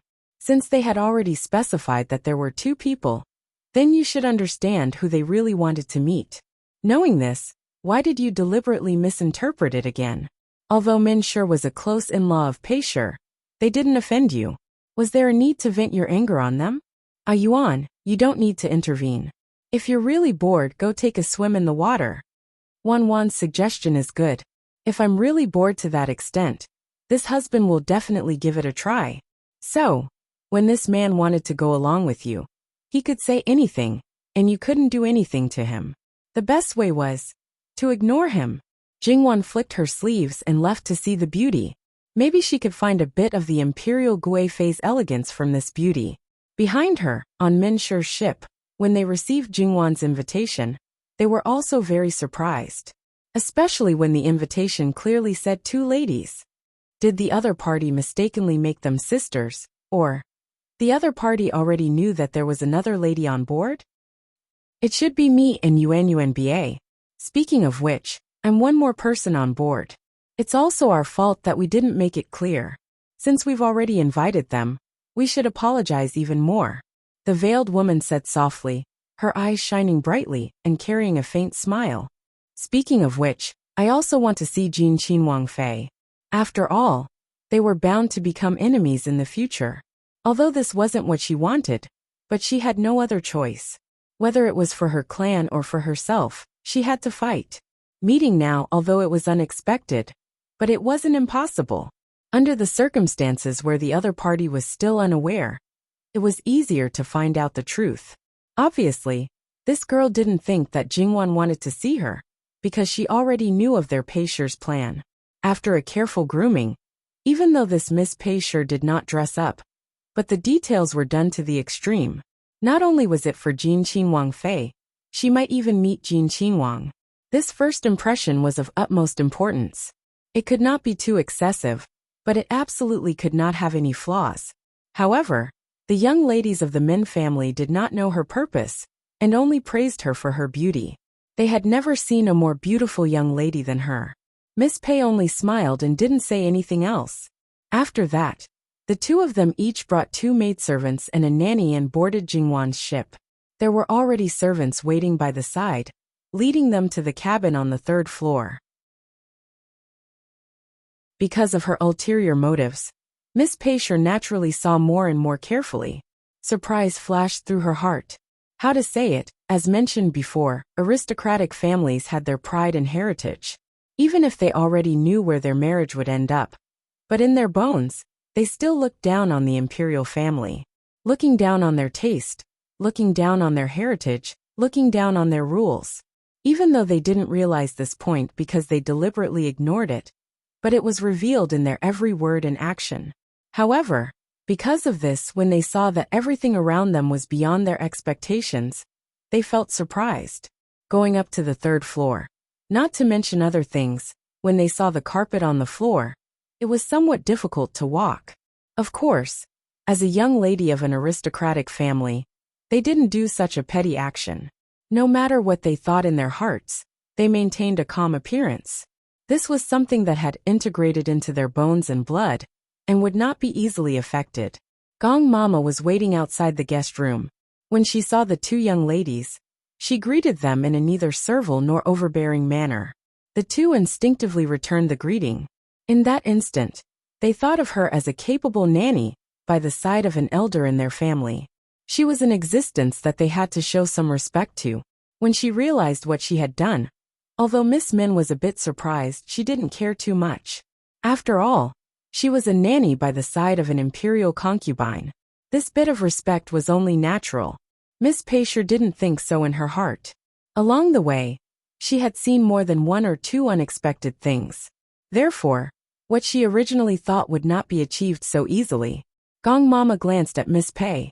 Because she was from the same family as the imperial noble consort, and because she had evil intentions, she couldn't help but pay more attention to her.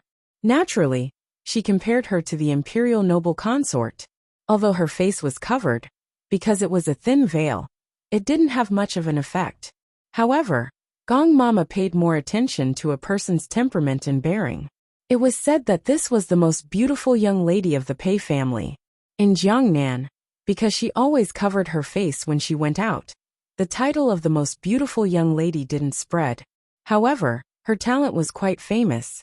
When other people saw Miss Pei for the first time, at least 9 out of 10 people would praise her. Even those who were jealous couldn't deny her. But Gong Mama didn't think so. With the imperial noble consort in front of her, the imperial noble consort also had a first-class temperament. This young lady was far inferior. Of course, this might be the result of Gong Mama's selfishness, but it was a fact that she couldn't compare. Don't blame Gong Mama for showing off her power at the door. Don't forget who she learned the rules from. The things of aristocratic families were really not difficult for her, although she didn't know it when she learned it. In addition, she wasn't an ordinary woman of the inner residence. She hadn't shown her power yet. Otherwise, few of these young ladies could stand still. After entering the door, they greeted her in a well-behaved manner, but obviously there wasn't much respect. Jingwan smiled noncommittally. She waved her hand casually and excused the formalities. Sit down. Jingwan didn't avoid looking at them. Their eyes fell on Jingwan. Although they weren't so direct, they didn't hide it. Digression. https://www.bicken.com/11/11807/6653593. HTML. Please click here to report. No registration required. We will deal with it as soon as possible. After reporting, please wait patiently and refresh the page. Please remember the domain name of this book, www.bicken.com. Bicken.com Mobile Edition.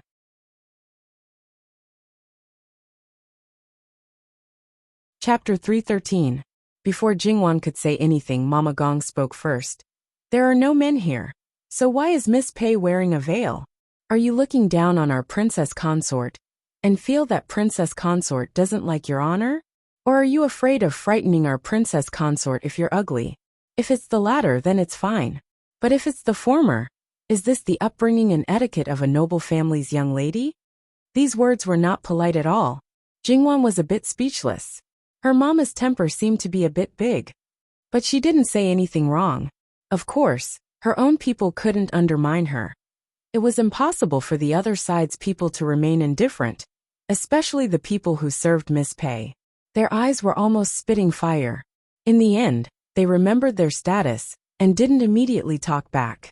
Something carved into their bones didn't allow them to do anything rude. This was their pride as servants of noble families. That's right, they were all servants. They looked down on people of the same status outside of noble families. In Jiangnan, they had always looked down their noses at the servants in the official's residence. So what if she was a Qinhuang Fei? How could the people around her follow rules and etiquette?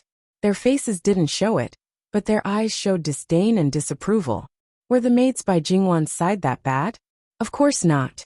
It was just that compared to these people who had learned rules from a young age and integrated all kinds of rules into their daily habits, rules and etiquette to them were not rules and etiquette. They were just ordinary meals. Naturally, they were lacking. But Jingwan didn't care at all. They were carved from the same mold. What was there to care about? Even if the people around her could be trained like this, she didn't want them. Princess Consort, please allow me to report. Our miss is not looking down on Princess Consort. It's just that when she goes out, it's all like this. It's a habit. At this point, Miss Pei suppressed the anger in her heart. She raised a hand to stop her mama from continuing. She took off her veil and revealed a country-toppling beauty. I hope Princess Consort doesn't take offense. It's really a habit. We don't mean to disrespect Princess Consort. Jingwan smiled. It's fine. She had the servants bring in tea and refreshments. He thought to himself, sure enough, she's beautiful beyond compare. In Jingwan's view, the so-called beauty could hardly be the best. She had to admit that this woman was the most beautiful among all the women she had ever seen. She glanced at Nanny Gong casually, and found that Nanny Gong was not moved at all. She wondered whether Nanny Gong was expressionless or not, or Nanny Pei was still not as beautiful as the imperial noble consort in those days. Compared with the two girls, Jingwan's clothes were actually more casual. She only wore a few hairpins on her head, and a string of Buddha beads around her wrist. At first glance she looked a little shabby, but in fact, she was not. Anyone with a little eyesight could see that all her clothes were good. What showed was a low-key and elegant luxury. This casualness and calmness made the Pei clan's daughter, who was meticulous to every detail, feel that she was at a disadvantage. Jingwan didn't deliberately say anything to them. She just chatted with them. Perhaps Jingwan was not as beautiful or talented as Miss Pei, but she could deal with this kind of situation easily. In fact, she was almost 1 year younger than Miss Pei. However, she had more experience and knowledge than Miss Pei. Not to mention the things in her previous life. In this life, she loved travel books and miscellaneous studies. She also dabbled in history books. She had read a lot of books in the past few years. After marrying Li Hongyuan, she talked about the current situation of the world almost every day. Her knowledge was constantly increasing. Even if Miss Pei was very knowledgeable and quoted classics, as long as it was special, she could grasp 70% or 80% of it. To be honest, she was not afraid. Miss Pei also wanted to test Jingwan's depth. After all, she was a great enemy. As the saying goes, know yourself and know your enemy. Only then could she better plan her future path. Therefore, Miss Pei, who usually seemed gentle and kind, but was actually arrogant and always kept a certain distance from others, changed her usual self and became much more friendly. Miss Min, who was beside her, kept glancing at her. However, because she was a girl with a big heart, she didn't mind being left out.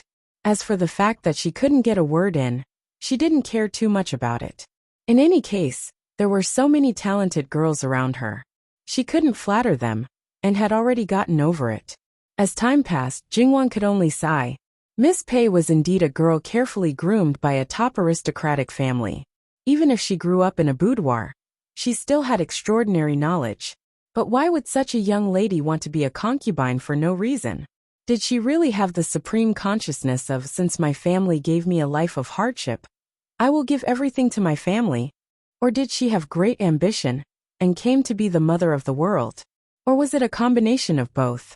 Compared to Jingwan, the fluctuations in Miss Pei's heart were much more intense. Before, she was confident that even if she was a concubine for a while, she wouldn't be a concubine for life.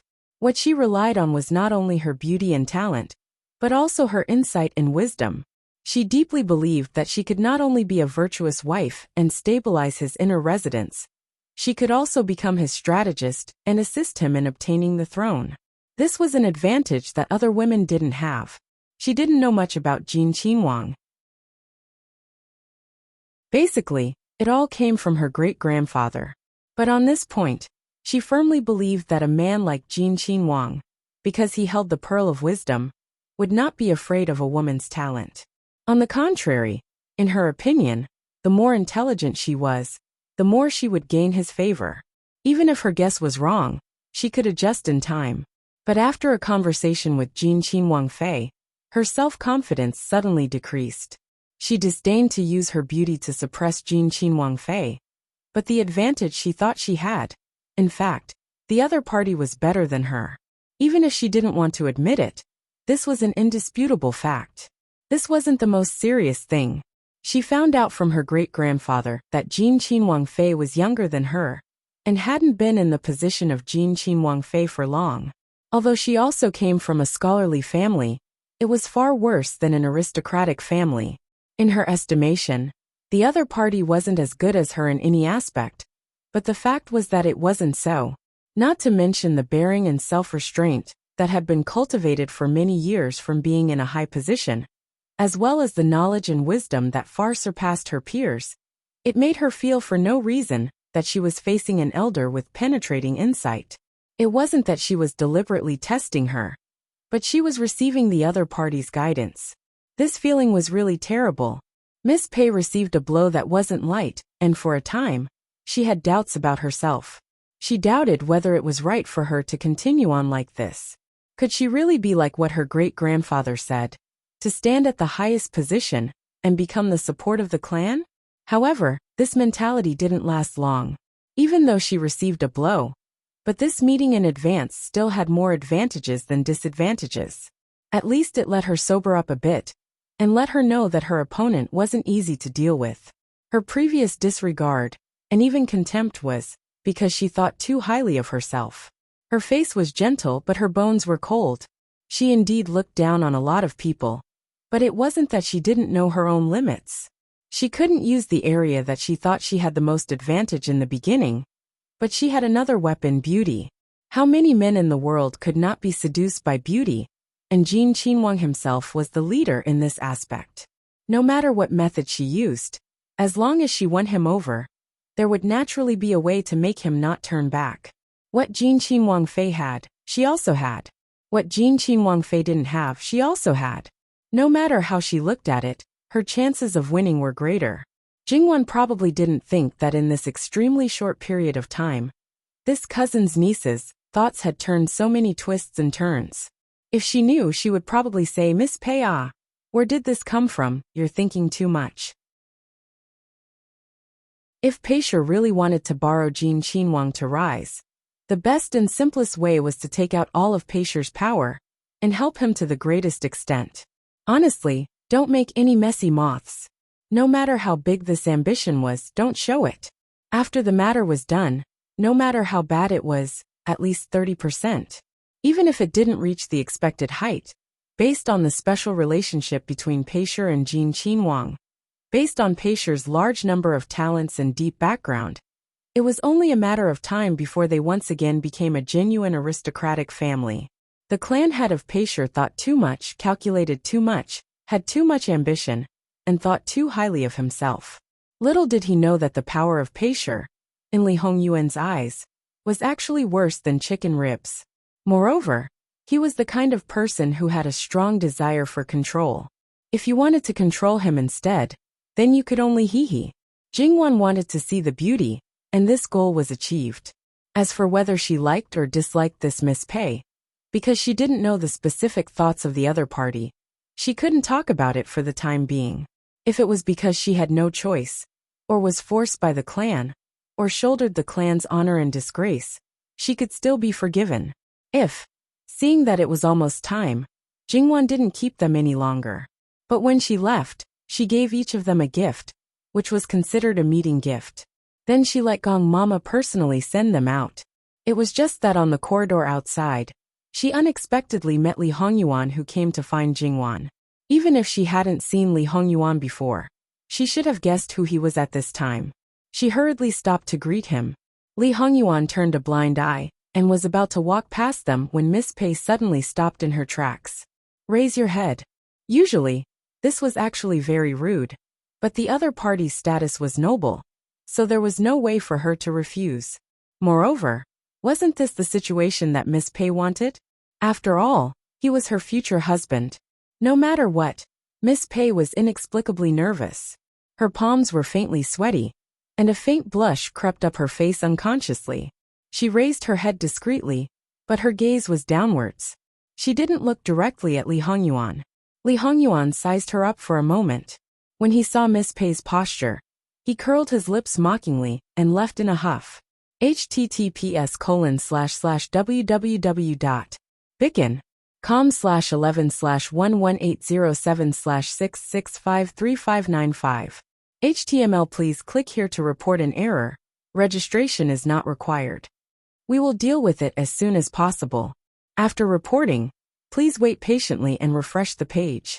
Please remember the domain name of this book: www.bicken.com. Bicken.com mobile version reading website, Bicken.com.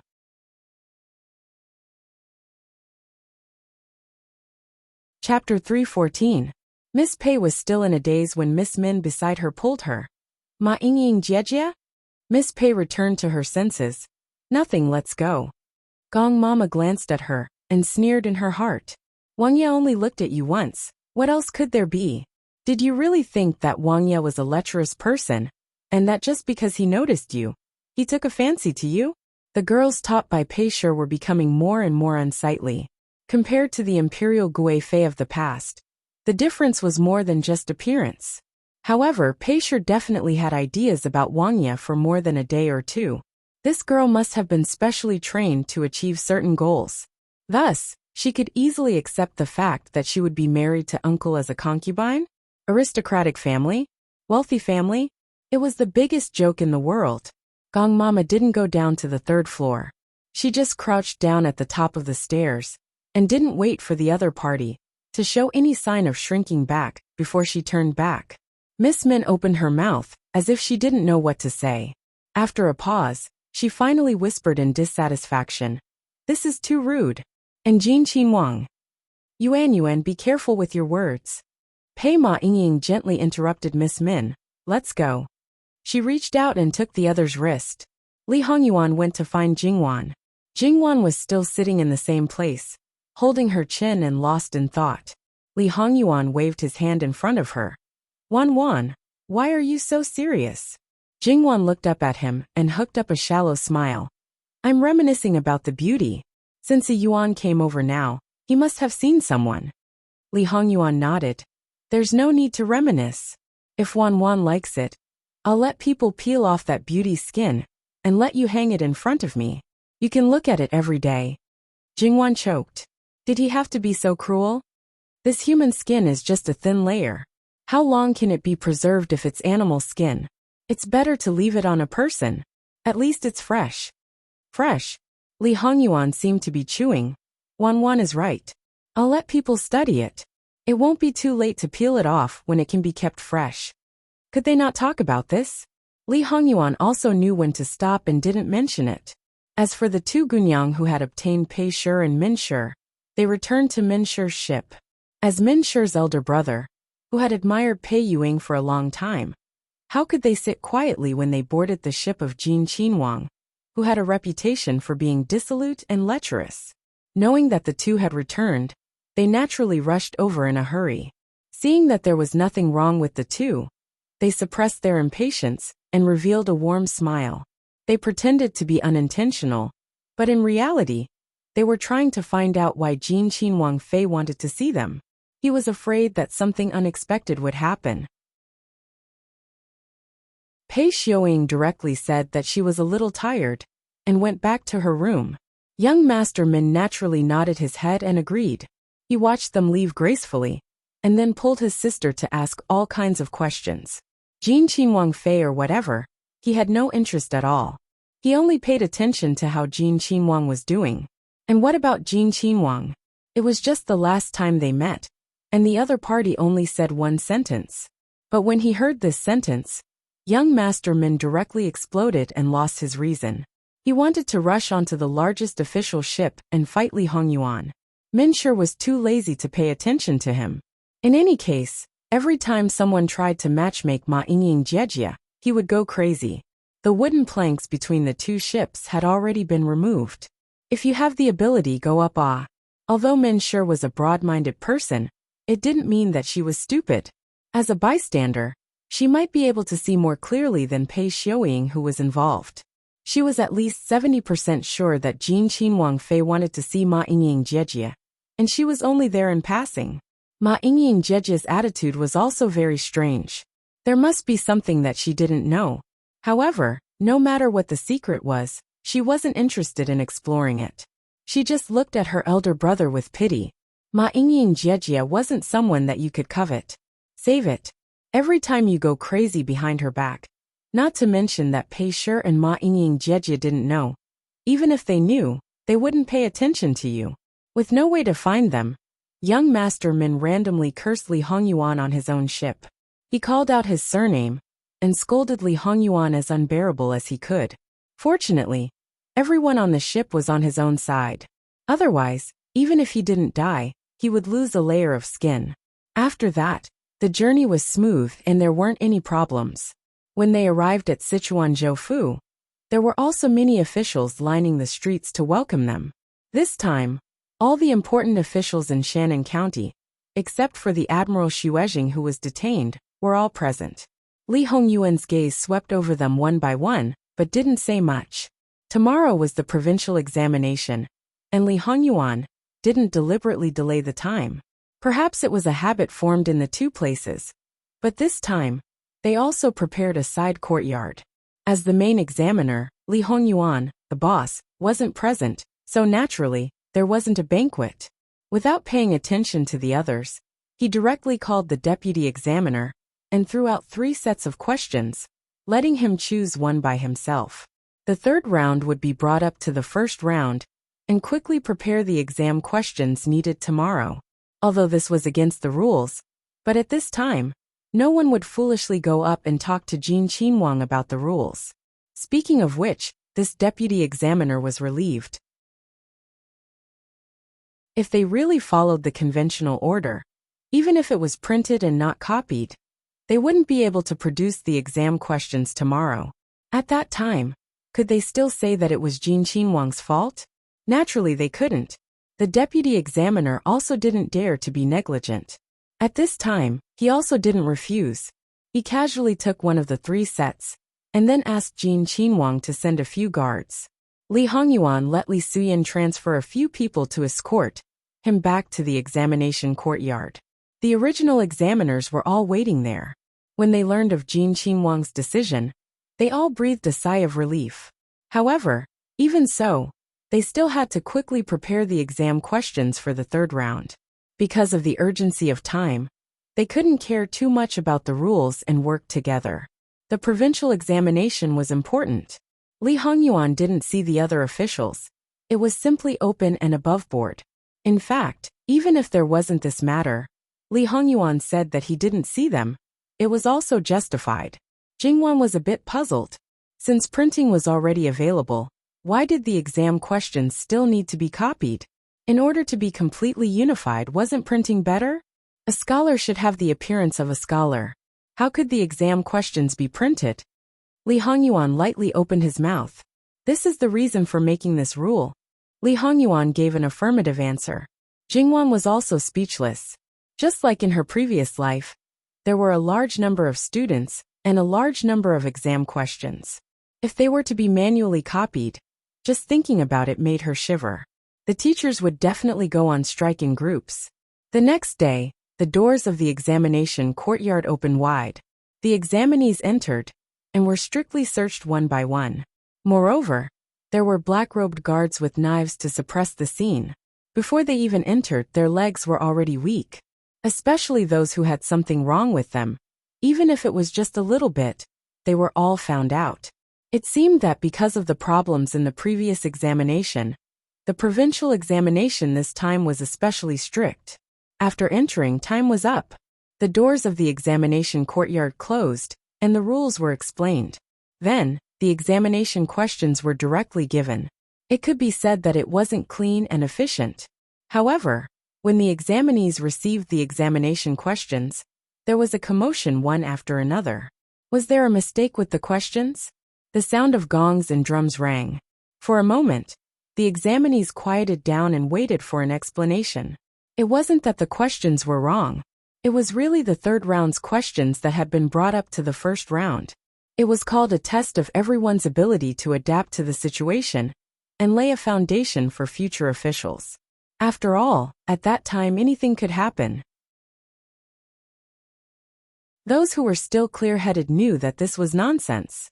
They also quickly understood the reason behind it. It actually didn't have much of an impact on these people. If you like to hear the official nonsense, then listen to a few sentences. If you didn't like to hear it, then just go in one ear and out the other. For the examinees, did the adjustment of the examination room's order have any impact? Of course not. The impact was actually very big. It was an examination that concerned their entire life. Most people were nervous. The imperial examinations rounds were actually progressing from easy to difficult. Some people were more confident in the beginning. When faced with a difficult question, they would naturally be more nervous. Moreover, If they didn't answer well, the later rounds would inevitably be affected. The result could be imagined.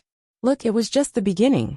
Some people's hands and feet were already trembling and sweating. They couldn't sit still, and their hands couldn't hold the pen. They could barely hold it. Large drops of ink dripped onto the paper. Fortunately, it was only draft paper. If not, in just 2 hours, there were actually people who fainted. Without a doubt, this examination was completely over.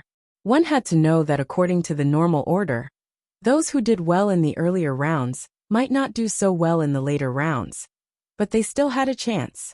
Obviously, the adjustment of the rounds had a more serious impact than expected. Facing the other examiner's gazes, Li Hongyuan sneered. Although your previous words were dignified, they weren't without reason. If you can't even handle such a small matter, how can you handle the world's affairs? This kind of person, even if he is talented, is not suitable to be an official. It's better to remove him as soon as possible. Digression. https://www.bicken.com/11/11807/6653597. HTML. Please click here to report an error. Registration is not required. We will deal with it as soon as possible. After reporting, please wait patiently and refresh the page. Please remember the domain name of this book: www.bicken.com, Bicken.com mobile version reading website, and Bicken.com.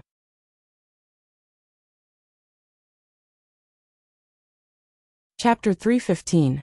With that said, the others naturally didn't dare to say more. They just loved to surf the internet. It had to be known that these people might not have been involved in the previous court examination cheating case, or participated in the SALT policy. But that didn't mean that they weren't involved in corruption. A knife called living hell was still hanging over their heads.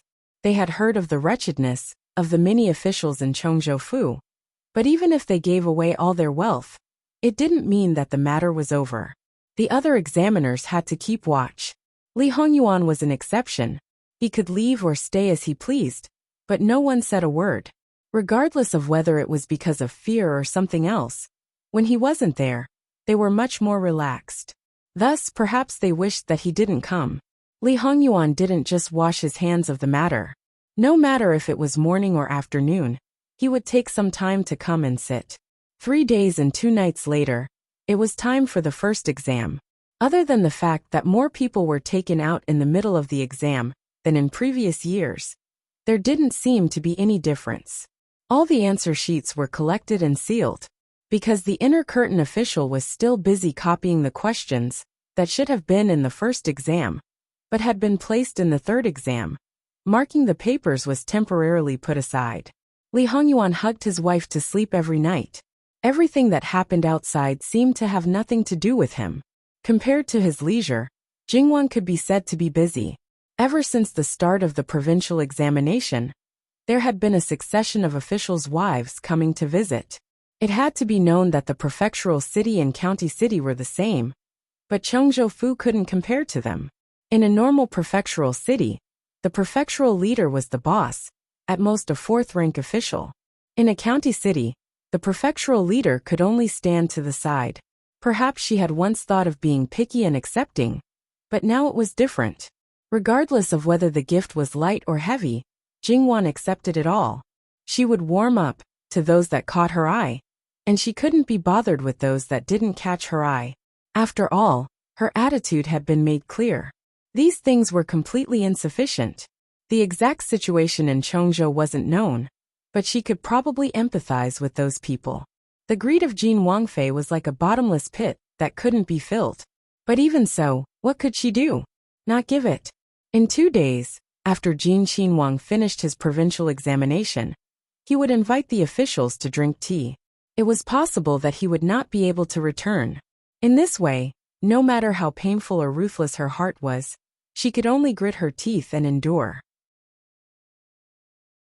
Not only that, when she faced Jin Qinhuang again, she still had to wear a smiling face, hold her up, flatter her, and only hope to coax her to be happy so that she could blow wind in Jin Qinhuang's ear. Of course, Everyone knew that if the matter was too big, it would be useless to rely solely on Bianfeng. However, according to the situation of Chongzhou Prefecture, as long as the treasury was more or less tidied up, it would not be difficult to fool Prince Jin with the items on the account. Of course, as long as Jin Qinhuang did not leave Jiangnan, the suspended hearts of the people would not be able to fall to the ground. It wasn't until the afternoon of the second exam that an unexpected visitor came. Perhaps the visitor knew Li Hongyuan's schedule for the past few days. When the visitor came, Li Hongyuan had just woken up from his afternoon nap. When Li Hongyuan saw the post, he didn't comment on it. He tossed the post aside and let them in. Jingwan picked up the post and saw the name at the end. Min Yuhan? This is a member of the Min clan? What did this person come here for? The former fiancé of the Imperial Gui Fei, Li Hongyuan did not hide anything. To make that person on the throne suspect and even kill the culprit. His tone was undisciplined. It should have been a shocking matter. But from his mouth, it was categorized as today's weather is good. At least Jingwan's heart jumped. Yuan has seen him? Did he come here on his own?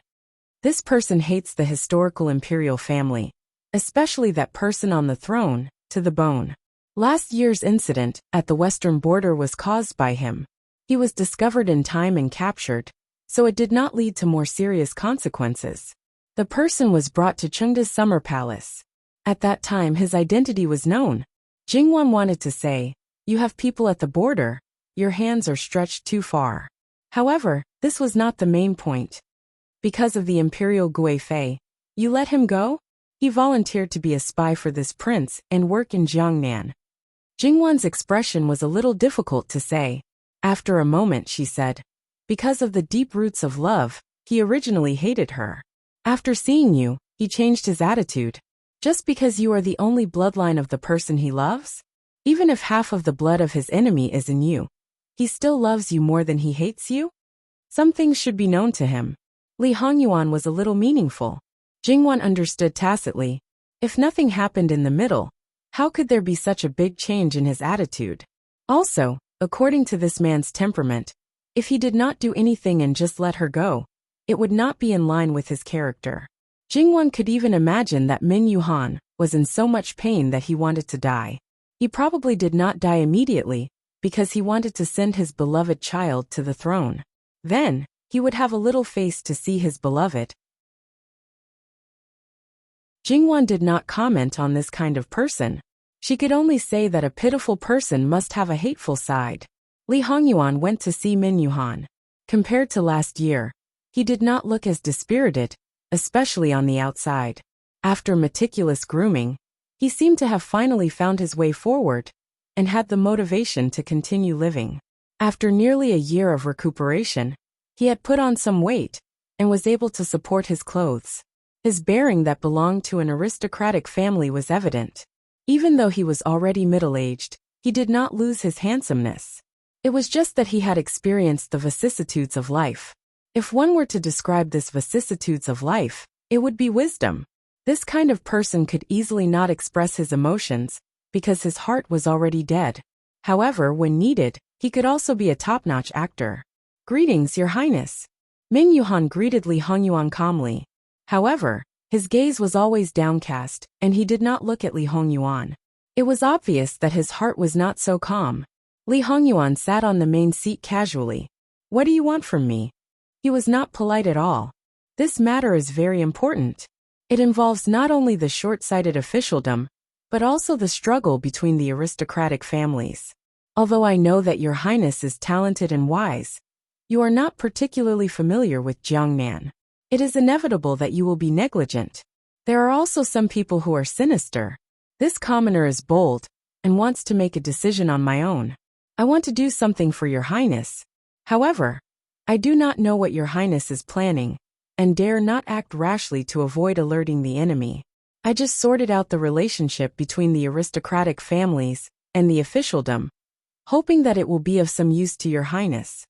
As he finished speaking, Min Yuhan presented a small booklet. Li Hongyuan did not refuse. He let Muan take the booklet, and casually flipped through it. After reading 2 or 3 pages, Li Hongyuan's face was slightly solemn. He flipped through the booklet until it was finished and pressed it beside his hand.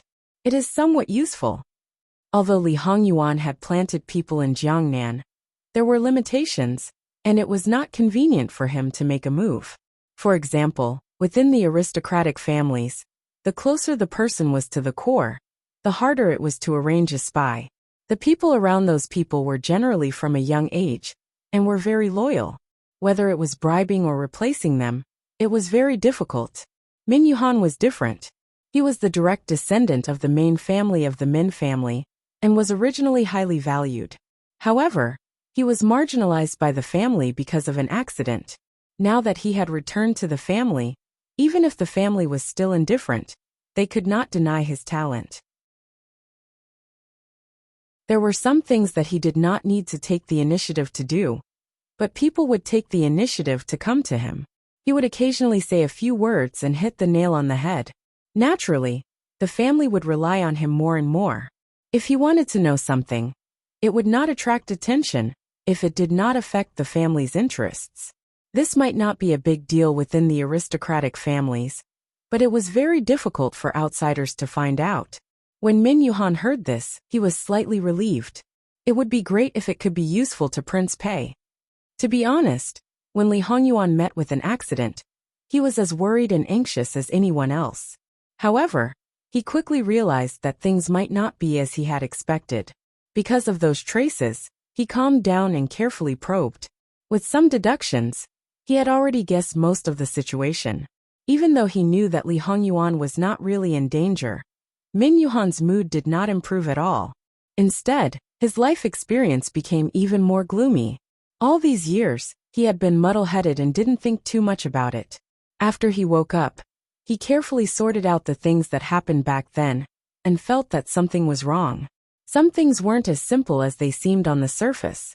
In the past year, while he was secretly helping Li Hongyuan with some things, he carefully investigated little by little. Heaven didn't disappoint those who worked hard. Finally, he found something useful. Just the little bit of information that surfaced made him hate Patriarch Pei to the bone.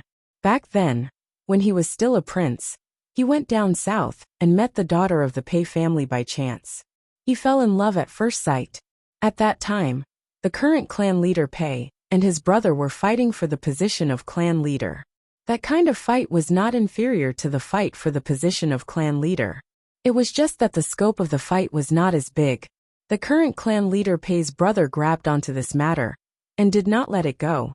He said that not only was it related to the imperial family, it was also against the teachings of the ancestors.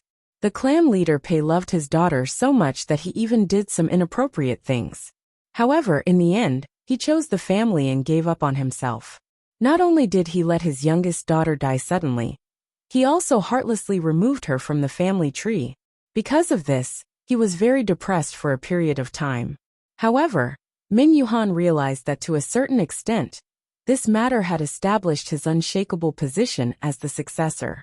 Min Yuhan also understood the current clan leader Pei's character from various aspects. The more he understood, the more frightened and at the same time, the more he hated him. As the clan leader of the Pei family, he might be impeccable for the benefit of the entire family. However, he was cold-blooded and heartless. He was ruthless and his methods were ruthless. As long as he thought it was worth it, he would not even blink an eye. As long as he thought it was worth it, he would even give up on his own family.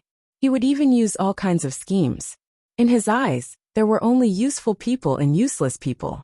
The former could be doted on in every possible way. The latter, under normal circumstances, would be completely ignored. If they bumped into him, he would not hesitate to trample them into the mud. Because of this further understanding, he did not think that the incident back then was just a coincidence. He further investigated. Although there was no concrete evidence, according to his guess, Feng Wu being seen by Emperor Cheng was perhaps not an accident at all. It was a setup, and this person was most likely the old clan leader Pei. Min Yuhan once again became a trapped beast. Bit by bit, he rushed into the Pei family to confront him face to face.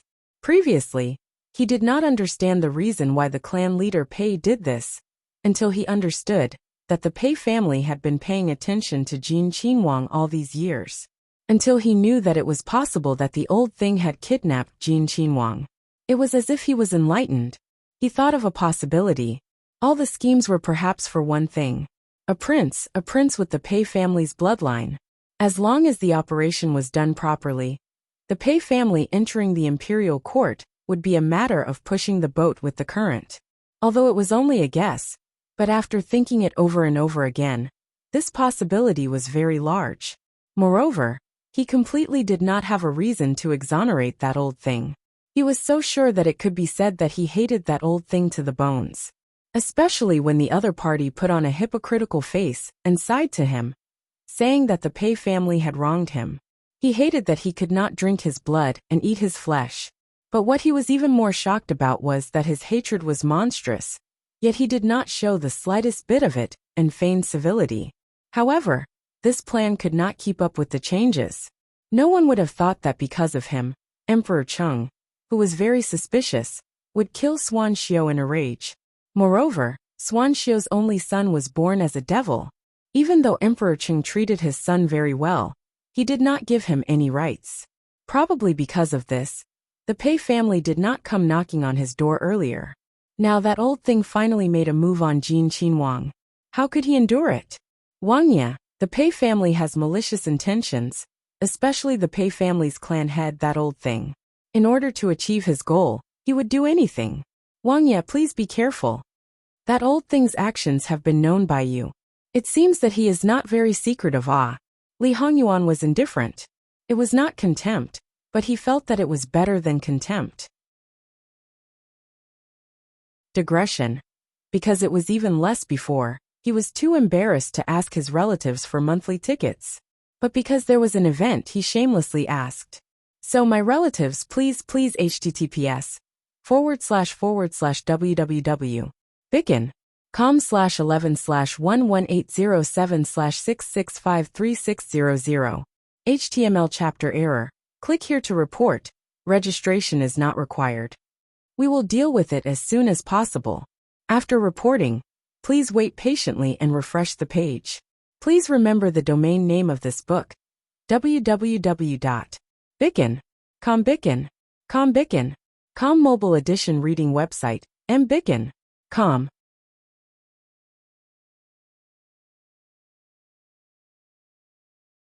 Chapter 316. Min Yuhan forced a smile. Hearing what Your Highness said, you must not have been misled by the other party. Thinking about it, with Your Highness's wisdom, how could you be so easily bullied by that kind of person? You have a lot of opinions about him, and even a lot of resentment. What, did you discover something new in the past year? Li Hongyuan didn't comment on his flowers. Instead, he casually tapped on the booklet under his hand. The hatred in Min Yuhan's eyes was directly released at this moment. But then she realized that she should not lose her composure. She closed her eyes fiercely, and when she opened them again, the emotions in them were completely gone. After thinking for a while, she speculated about what she had found out. It's not strange that that old thing would do such a thing. Li Hongyuan did not have any emotions. However, speaking of which, to a certain extent, this prince should be grateful to him. Without his move, this prince might not exist. How can it not exist? Without this matter, you should be my son. Min Yuhan was so agitated that she blurted out such a rebellious thing. Li Hongyuan laughed mockingly, looking at Min Yuhan, as if he was looking at a dead person. Min Yuhan felt a chill all over her body, and only then did she realize that she had said something inappropriate. Your Highness, please forgive this commoner. This commoner was just momentarily. Even if she married you back then, the child she gave birth to will have the blood of you and her. So what does this have to do with this prince? Can your blood be the same as the one on the dragon throne, and produce the same offspring? Even if you have the same father and mother, the two children will be completely different. Li Hongyuan did not seem to be angry, and his mood seemed to be quite good. Your Highness is right. This commoner was impetuous, and did not mean to offend you. Please forgive me. If there is nothing else, you can leave. This prince still has to go to the tribute institution. Li Hongyuan's expression changed in an instant, and he unceremoniously asked her to leave. This commoner heard that the Min family has a boat from Chongzhou Prefecture to Chuanzhou Prefecture with your highness. Does your highness know the person on the boat? Min Yuhan hesitated. Pei Xiuying. Li Hongyuan directly pointed out. That's all you have? Is this king's lecherous reputation so deeply rooted in people's hearts? This commoner has worried too much. This commoner will take his leave. Min Yuhan bowed and left. Speaking of which, Min Yuhan was simply too concerned. To a certain extent, he really treated Li Hongyuan as his own son. Of course, this was only in his heart. He no longer had any expectations or attachments to the world. Now, he only wanted to do his best to help Fu Cheng's child ascend the throne. Perhaps, he would add one more point to prevent that old thing from getting what he wanted. This latter point, perhaps he didn't need to do anything himself. Looking at Jin Qinhuang's attitude, it could be said that he would end up trying to steal a chicken, only to end up losing the rice used to lure it. He must let him die with a grievance. There was also Pei Xiuying. Even someone like her was being compared to Bai Xiuying. He had to do something. After exiting the door, Min Yuhan's face seemed to have changed. It was as if he was shrouded in gloom and pain. He was trying his best to restrain himself. If Jingwan saw this, she would probably gasp in amazement again. These acting skills were amazing. Speaking of which, how many people were staring at Li Hongyuan now? Those who came to find him would naturally be known by all parties. At this time, it was very difficult to secretly come to see him. As such, they might as well visit him openly. Those who didn't know the reason would naturally allow him to guess and inquire. Those who knew the reason, what could they do? They wouldn't say a word. When he heard that Jin Wangye was going to Jiangnan, Min Yuhan had been in a state of anxiety for quite some time. At this time, it was already close to his eyelids. It was reasonable that he couldn't help but visit. Those who frequently interacted with the Pei family's main family would sooner or later discover some clues just from his face. As for Cheng Di, would he be worried that this matter would be known by others? Naturally not. In fact, other people didn't know that Li Hongyuan first knew about his birth mother from Cheng Di's mouth. At that time, it was because of Pei Shi and the imperial Gui Fei herself that her birth was concealed. Cheng Di's taboo was never this, but the death of the imperial Gui Fei. What was even more taboo was that he killed her with his own hands. If this layer of relationship was exposed, he wouldn't care as long as there was no contact between them. This time, he sent Yu Zhongqing to follow Li Hongyuan to prevent this son from winning over the officials of Jiangnan. It was also to prevent him from coming into contact with Pei Shi's people. If they didn't come into contact, it was naturally good for everyone. If they did, he would have to take some measures in the future. Of course, this was his most beloved son after all. It was just restricting his freedom, so that he couldn't leave the capital. If Pei Shi tried to use his son to do something, he wouldn't be soft-hearted. In any case, he didn't have a good impression of Pei Shi. Li Hongyuan looked at the door lost in thought for a moment. He retracted his gaze, looked at the book, and casually threw it to An Yi. Do as you see fit. An Yi took it, and made a sound of agreement. Li Hongyuan still took a stroll around the tribute court. It seemed that there wasn't any change, but in fact, he had another plan in his heart. The number of people he wanted to kill and deter seemed to have increased. Although the main residence of the Min clan wasn't in Chuanzhou, it wasn't willing to leave Chuanzhou. There were quite a few Min clan members in Chuanzhou. For example, the Min clan siblings who arrived at Chuanzhou with Li Hongyuan were still in the Fu city. Speaking of which, these two people were very close to Min Yuhan. Their grandfather was Min Yuhan's cousin. This good-looking, good-tempered, and knowledgeable maternal grandfather had just gone out for a trip, but when he came back, he immediately collapsed. He was directly carried down from the carriage, but this startled everyone in the residence. They hurriedly brought him into the house and called for a doctor. They were busy saving people inside the house, and outside the house, they began to interrogate the manservant about what had happened. The manservant was also trembling with fear.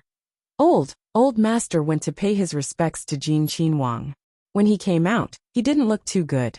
In the end, in the carriage, Many of the younger generation were filled with righteous indignation. wondering if Jean Qinhuang had done something to him. As for the head of the residence, she seemed to be silent. Obviously, she was the one who knew the truth. After a moment, the old madam sighed. Sinful ah. The younger generation didn't understand and asked one after another. The old madam waved her hand, telling them not to ask too much. This matter was a secret between the Pei clan and the imperial family. It was better not to know. When the doctor came out, he asked the reason for fainting. Sure enough, it was due to excessive stimulation. In addition, his body wasn't very good, and he had been depressed recently. As the sister-in-law, she went into the room to take a look. Even though he was unconscious, he was still restless. His mouth kept shouting something. Only she knew that it was 2 words. Hey hey. Digression. This chapter is still a little short. I didn't reach 10,000 chapters. I'll work hard tomorrow. https://www.bicken.com/11/11807/66533611. HTML. There's an error in the chapter. Please click here to report. Registration is not required. We will deal with it as soon as possible. After reporting, please wait patiently and refresh the page. Please remember the domain name of this book. www.bicken.com. Bicken.com mobile edition website mbicken.com.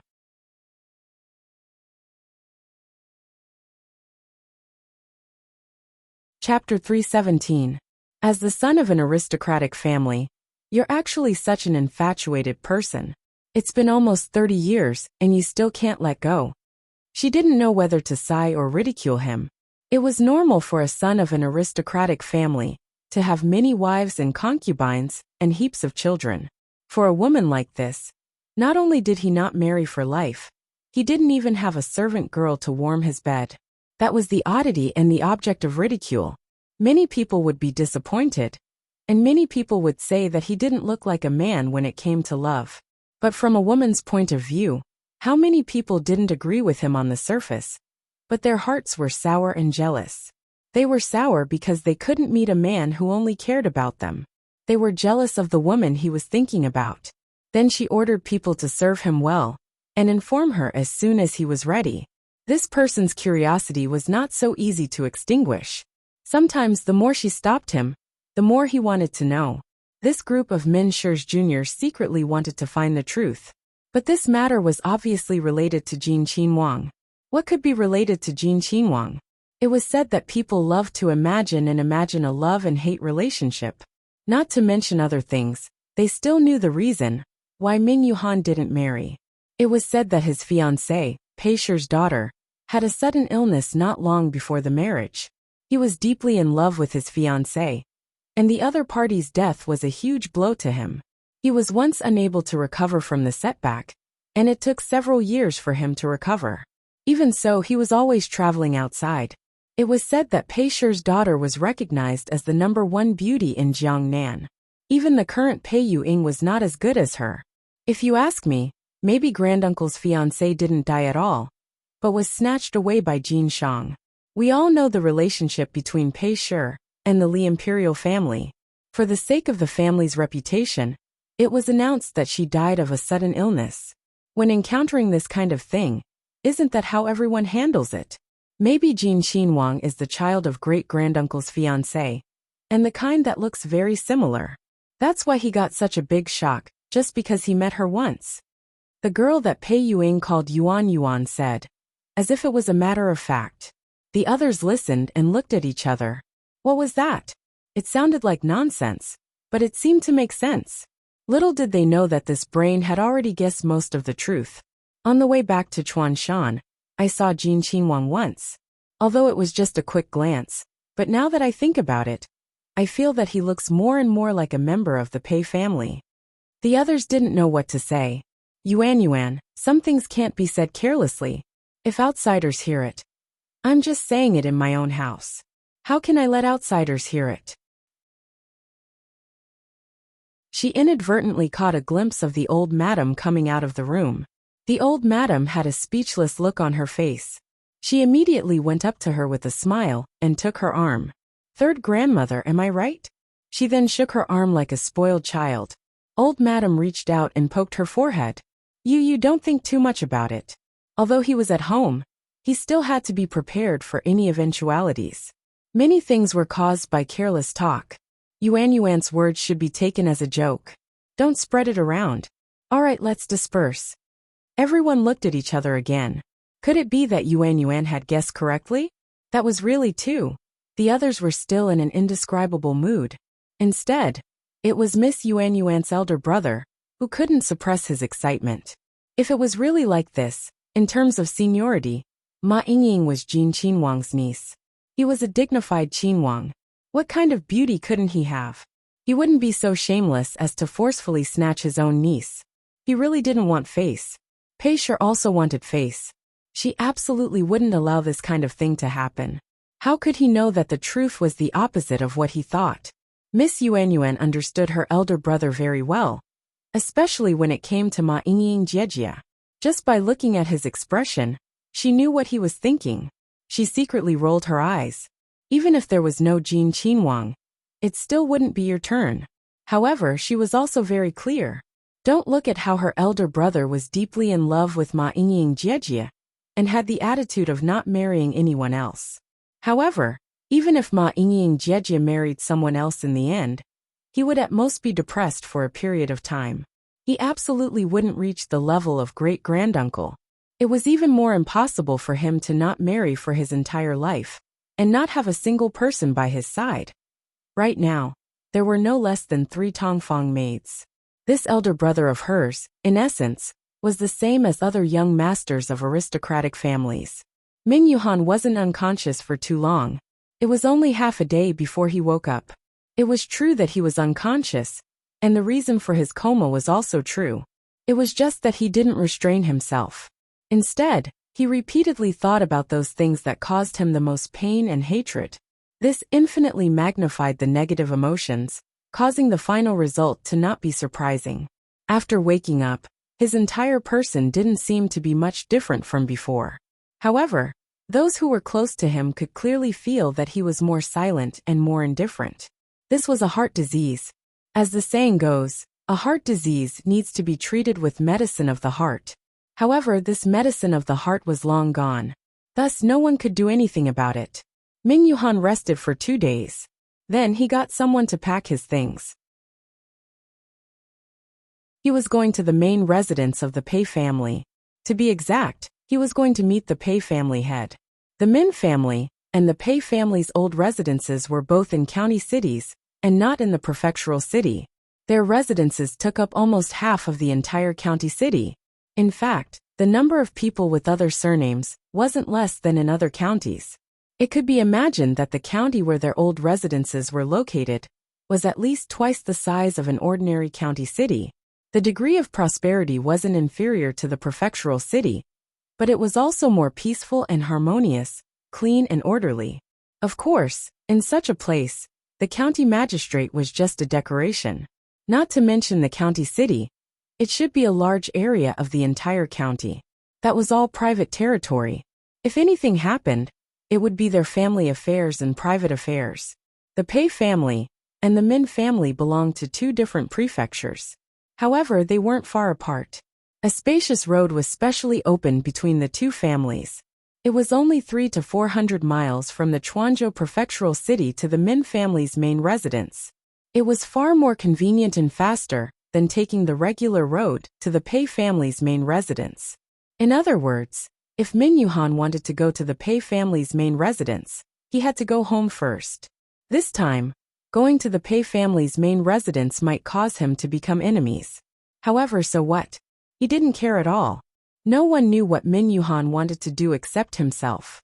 If Li Hongyuan knew, he would probably still be indifferent.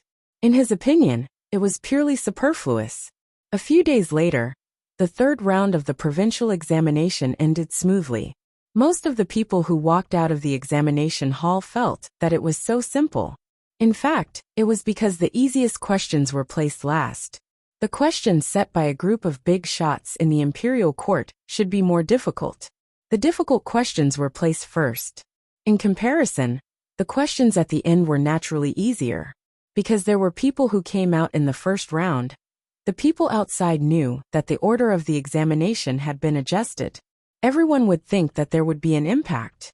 Those who took the examination for the first time were better off. Those who took it for granted would be more affected the more times they took the examination. Those who were waiting might not be more relaxed than those who were taking the examination. Without a doubt, there were those who were beaming with joy, while there were also those who were wailing loudly. Naturally, there were also those who were calm. However, no matter what, after being in the examination hall for so long, 99% of them were mentally and physically exhausted. It was only right for them to have a good sleep. These people didn't care. The examination hall had already started to mark the papers. Every paper would go through at least 3 people's hands. With the king of hell in charge, no one dared to be careless. There were only 3 days to come out with the results. It was also a big project. Li Hongyuan waved his hand and left. He turned around and went to the treasury of the Quanzhou prefecture. Seeing that the treasury was almost piled up with gold and silver, Li Hongyuan casually picked up a few silver ingots and gold bricks and looked at them. He threw them back. He didn't control his strength, and the silver ingots scattered and fell to the ground. Box up all the gold and silver and ship them back to the capital.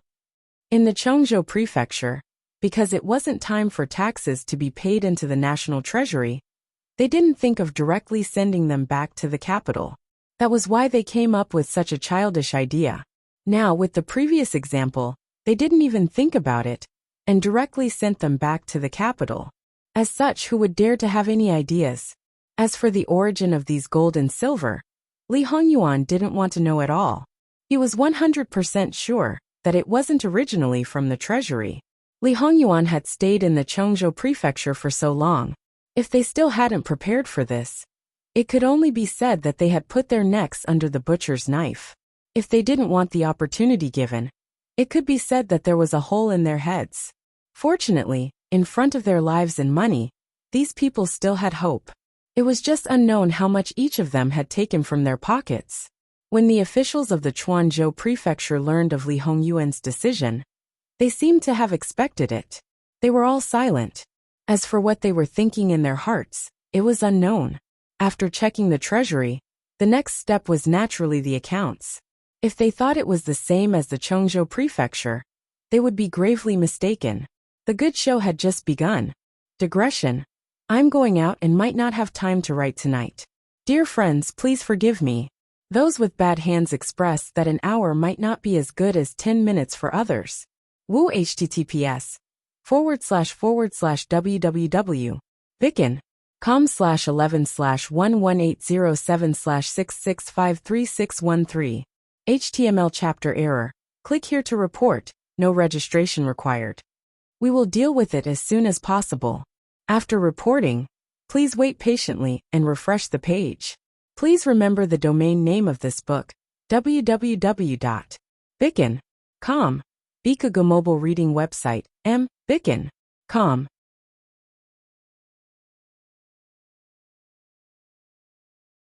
Chapter 318. After checking the treasury, the next step was naturally to check the accounts. If one thought that it was the same as Quanzhou prefecture, then one would be gravely mistaken. The good show had only just begun. Of course, there were still similarities. All the officials gathered together and made their own beds in the courtyard.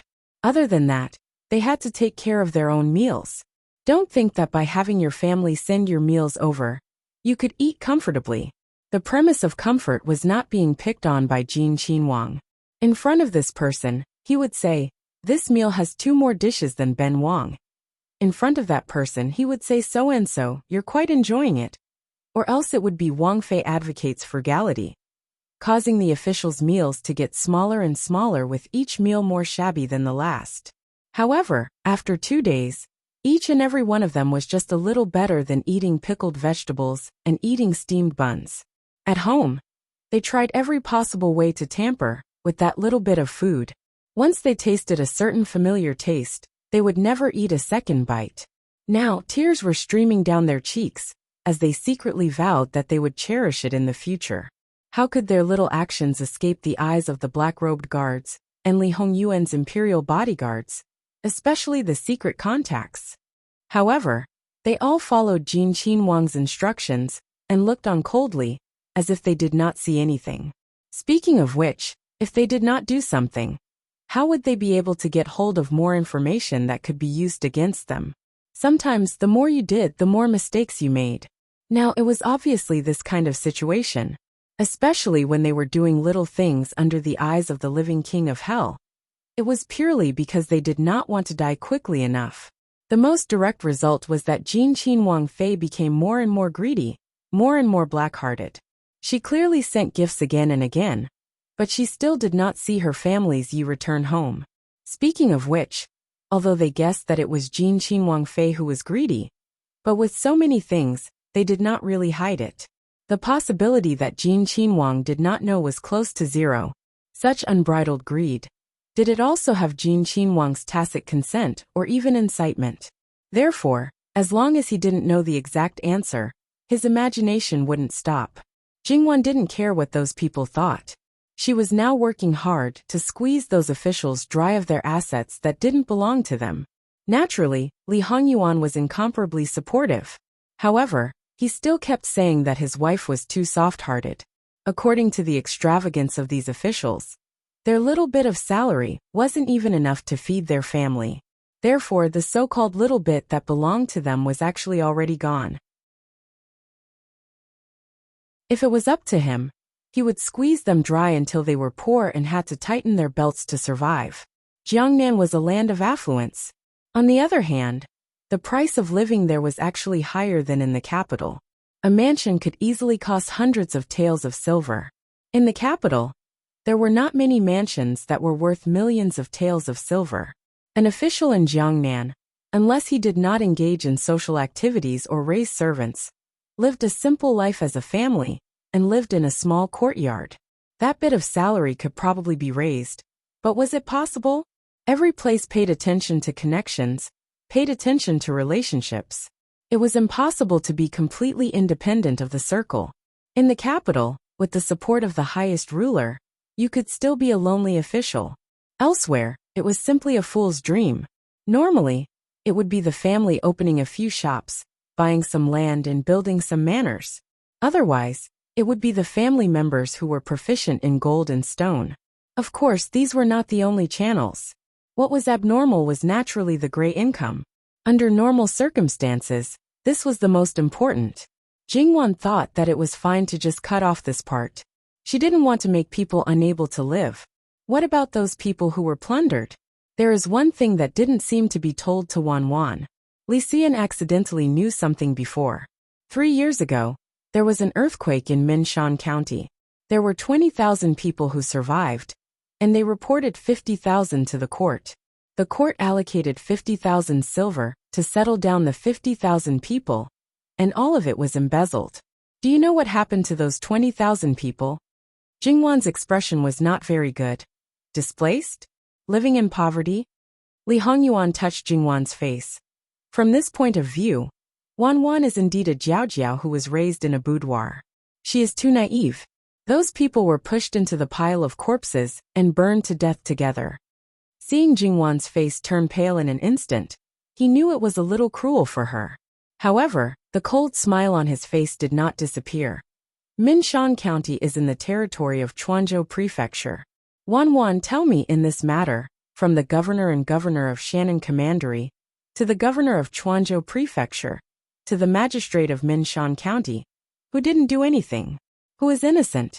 Even if they don't want to be involved, they are forced to be involved. Otherwise, they will be turned into ashes like those people. Jingwan looked at him. She had to admit that this man was not a good person. He could be cold-blooded and cold-hearted towards people or things that he did not care about. He could calmly say the cruelest things, and did not even mind dragging others into the cruel reality. Why did you tell me? Under normal circumstances, didn't love want her to maintain her senses of beauty in the outside world as much as possible? Of course, I want Wan to know and understand me completely. Wan should naturally stay with the real me. Being fake is not my pursuit. One is marked by the company one keeps. Jingwan seemed to be talking to herself softly. It doesn't matter whether Wanwan is marked by red or black. However, it's good enough that you have some black ink on you. It's really not easy to dye you as black as me. In his previous life, Wanwan had experienced a lot of difficulties and hardships. However, even when she was dying, she did not become cynical and maintained her innocence. Jingwan smiled noncommittally. However, it was obvious that she would be more ruthless when she slaughtered people. It was no wonder that Li Hongyuan would be so ruthless to Chuanzhou Prefecture. After the incident in Minshan County, Chuanzhou Prefecture had the most people dismounted. At the same time, Min Yuhan returned to the main residence of the Min family. After staying for a night, she turned to the main residence of the Pei family. There was an old man who looked amiable and wise, and a young girl with an elegant temperament and a calm demeanor, who was beautiful and gentle. One old and one young, they were exceptionally harmonious. However, Min Yuhan was extremely ruthless. She was almost certain that this old thing was raising his great-granddaughter in the same way as raising his daughter. Digression. https://www.bicken.com/11/11807/6653614. HTML. Please click here to report an error. Registration is not required. We will deal with it as soon as possible. After reporting, please wait patiently and refresh the page. Please remember the domain name of this book: www.bicken.com. Bicken.com mobile version reading website Bicken.com.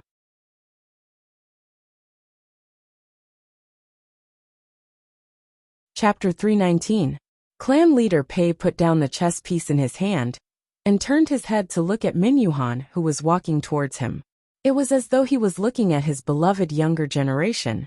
After all, it was important to have grandchildren and not children. Towards the younger generation, they were very strict. The more they cared about them, the stricter they would be. Min Yuhan's fondness was always on the surface. It was as though the other party was not a man in his 40s. At this moment, he was waving at Min Yuhan with a loving smile on his face. When he did not know anything, he might have been touched. That feeling was as though 20 or 30 years had not existed. Uncle Pei was reminiscing about his daughter. That was the girl that he had always placed in his heart. Hence, he did not care at all. In the past, even when he was often away, he would occasionally come back. His relationship with the other party was very harmonious. He could even naturally put away the frost on his body and treat the other party as his own father. However, after he found out that everything was a lie and a pretense, the seemingly kind person was actually the most ruthless and cold-blooded. He had always maintained his good attitude towards him because he wanted to better maintain the relationship between the two families. Now he finally understood what kind of situation the Pei family was in. In fact, when he thought about it carefully, it was simply unbelievable that the Pei family could maintain their relationship for such a long time. It could be said to be a miracle. Min Yuhan walked over unhurriedly. Before he could greet him, clan leader Pei had already asked him to sit down. In the past, regardless of whether he was sincere or pretending, he would always greet clan leader Pei politely. However, today, he no longer wanted to pretend.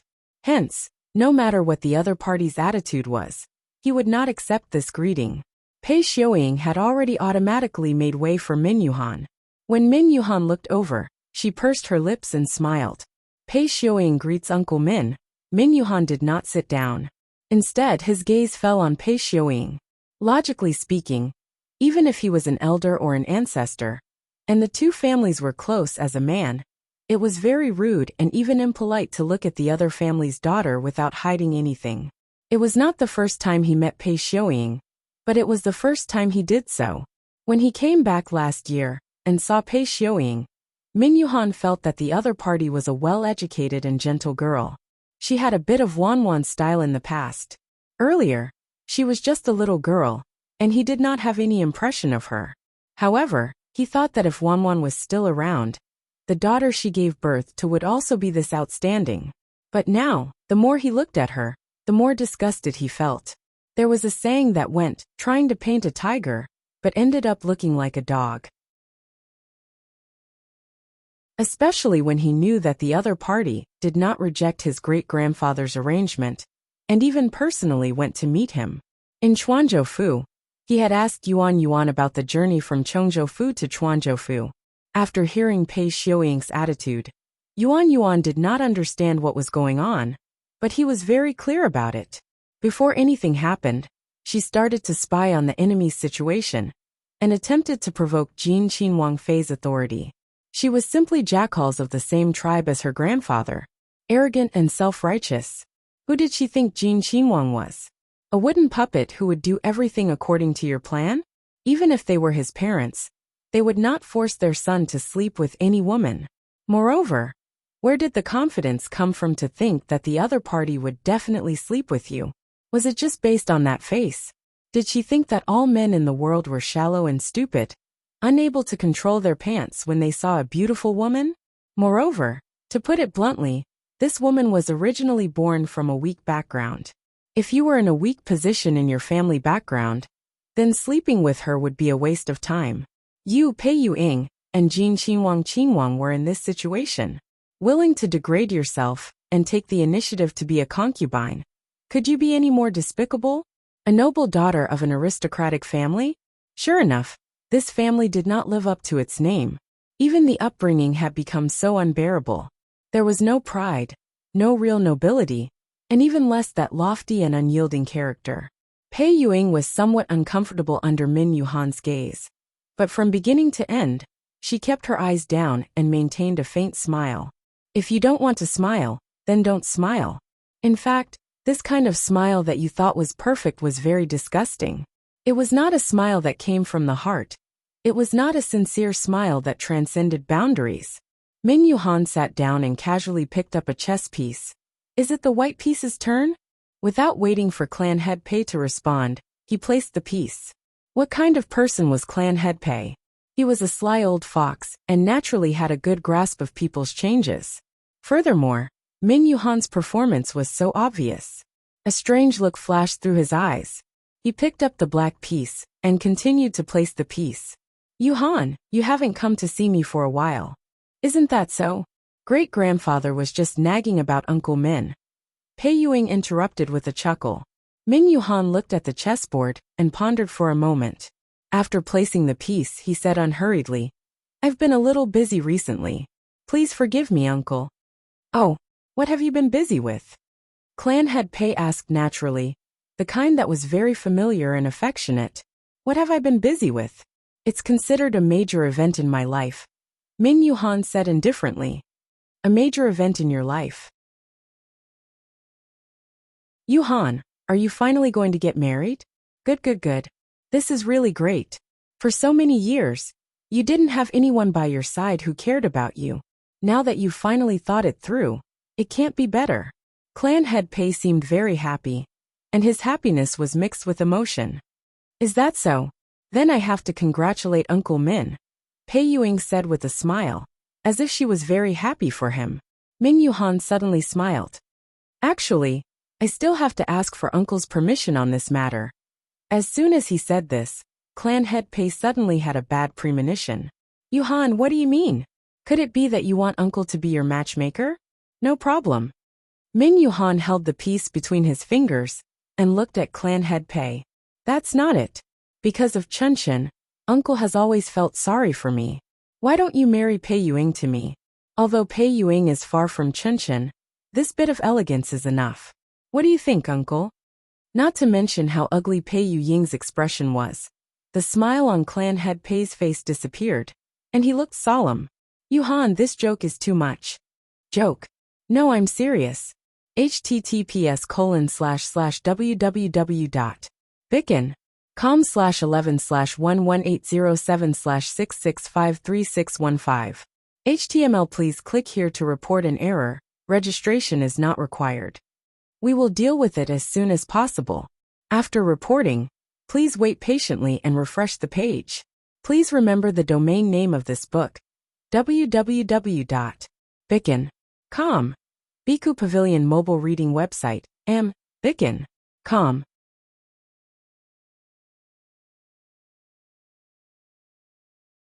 Chapter 320, Yuhan, you're Pei Yingying's elder. The Min family and the Pei family are family friends. If you act like this, it's not good for either of our families. Uncle, you don't think it's good? Min Yuhan interrupted him calmly. I think it's good. You know, I once thought that Pei Yingying was specially trained by Uncle. Without a doubt it's good. After all, Uncle has always treated me like a great-grandchild. You're especially compassionate towards me. I'm very grateful to Uncle. As for the relationship between our families, since it's a marriage alliance, it's natural that the relationship between our families should be better. Pei Yingying was screaming crazily in her heart. Who do you think you are? What right do you have? What right do you have? She clenched her handkerchief so tightly that her fingernails almost broke the skin of her palm. However, because of her upbringing, she tried her best to restrain herself. Not only that, she even had a faint smile on her face. In fact, if she really exploded, Min Yuhan might think more highly of her. However, she was still thinking about the bearing of an aristocratic family's daughter. Speaking of which, Patriarch Pei's cultivation was indeed deeper. At this moment he was still slightly solemn. He stroked his beard and didn't show any signs of anger. Instead, he looked at Min Yuhan with some tolerance, as if he was looking at a junior who had made a mistake. Yuhan, I don't know what's wrong with you today. Did you drink a few more cups before coming here? Or is there some other reason? I hope this matter will end here. It's best for everyone. Min Yuhan's smile became more obvious and more genuine. Many people hadn't seen such a bright smile in many years. This person seemed to have become more than 10 years younger. However, no matter who saw it, they would feel that this smile was especially dazzling. Uncle, do you think I'm not clear-headed? No, I'm very clear-headed. In the past few decades of my life, I've never been more clear-headed than now. I don't understand. Why would Uncle feel that it's not good? Could it be that Uncle actually looks down on me? Was it all fake? If it was so easy to stop, he wouldn't have come. He was here to find trouble. He was even prepared to shed all pretense of cordiality with the Pei family. If he continued to feign civility, he wouldn't be able to bear it. These are two completely different things. How can you confuse them together? Yuhan, you have deep feelings for Pei. Treating her granddaughter like this is an insult to her. Moreover, you're an elder. Acting like this in front of the younger generation is simply disrespectful. You're not only embarrassing yourself, you're embarrassing yourself. Hearing this, Min Yuhan even laughed out loud, as if she had heard the funniest joke in the world. Uncle, what you said is interesting. If Momo knew in the underworld that you, as a father, were preparing to give her grandniece to her son as a concubine, she might just climb out of the mausoleum. Embarrassing? Who's the one who's losing face? Was there anyone else in Pei? The Min families know this matter. How was there anyone else in the Mins? How's this how and how? How? No. This is that person is. Yen the families is our. S. Havri have a's? Havsa. S. TVEs. Tites in this have a have. To cause VVV had to have a misunderstanding? Min Yuhan patiently explained her findings. Uncle, tell me, where's the misunderstanding? Pei's heart calmed down a little. If that was the case, he could deal with it. However, he realized that Min Yuhan's acuity and his concern for the Pei family seemed to be a little too much. If that was the case, he had to think of a way to get rid of this person. This kind of person was a threat to the Pei family. Yuhan has indeed misunderstood. Uncle, can you swear to the heavens that you don't have such a plan and you won't do it in the future? If you do, the Pei family will be destroyed. Min Yuhan's voice was cold, and her eyes were burning. What she said was the most vicious curse for the Pei family. What did Pei care about the most? That was the Pei family. Min Yuhan's words had touched his bottom line, and touched his reverse scale. It could be said that she had truly angered him. He did not even bother to hide the hostility in his eyes. It was as if he was looking at a dead person. Min Yuhan met his gaze but was not afraid at all. Instead, she smiled even more casually. The aura of an aristocratic family's young master was even more prominent.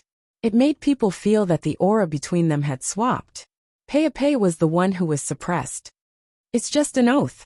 If there's no such thing, then there's naturally nothing. Furthermore, in this world, How many people take oaths seriously? Uncle, don't you think so? As long as Uncle swears to the heavens, I will immediately kowtow and apologize to Uncle. I will even apologize to Pei Yingying. These words were basically blocking Pei Yingying's path. If he made an oath now, and went against it in the future, he would not only be breaking his promise. Pei Yingying suddenly smiled. Yuhan has really grown up after being away for so many years. There was a hint of gratification in his words. Ming Yuhan nodded her head indifferently. I've been stupid for too long. I have to grow up. Otherwise, I won't even know how I died. Pei Yingying had already put away the emotions that made her angry. The smile on her face had also disappeared. She looked even more composed and dignified.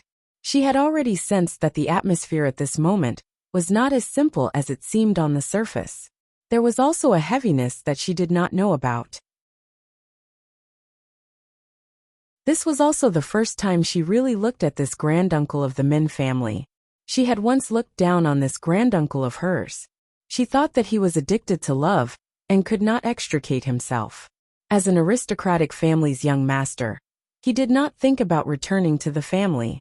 Instead, he wandered around all year round. He was simply not a man. He was the shame of an aristocratic family. Such a person should be banished from the family forever. In her opinion, such a man was always a little incompetent and could not be shown in public. Now it seemed that this was not the case. Uncle might as well consider my proposal. Although I am Pei Yingying's elder, Jin Qinhuang is also one. Jin Qinhuang is related by blood. This has a greater impact. Moreover, Jin Qinhuang has a Wang Fei who is officially married to him. Jin Qinhuang Fei's grandfather is the Minister of Personnel and holds great power. Her adoptive mother is Great Princess Royal and is extraordinarily honorable. Pei Yingying was sent over by you. According to Pei Shi's identity and background, she does not even have the qualifications to be at Sifei. After entering the inner courtyard of Jin Qinhuang Fu, it is already good that you can bring 2 servant girls to serve you. Now in the inner courtyard of Jin Qinhuang Fu, other than the Wang Fei, there are no other concubines. All the power is naturally in the hands of Jin Qinhuang Fei. In the face of a person who is clearly a threat, do you think that Jin Qinhuang Fei will be indifferent? Or do you think that Pei Yingying can compete with Jin Qinhuang Fei with just 1 or 2 people? Otherwise, do you think that before Jin Qinhuang Fei returns to the capital, Pei Yingying can win over Jin Qinhuang Fei's heart? She might even get pregnant before marriage. Min Yuhan seemed to be slowly analyzing the pros and cons. But that sentence was stabbing a knife into the chest of Pei clan head, and Pei Yingying.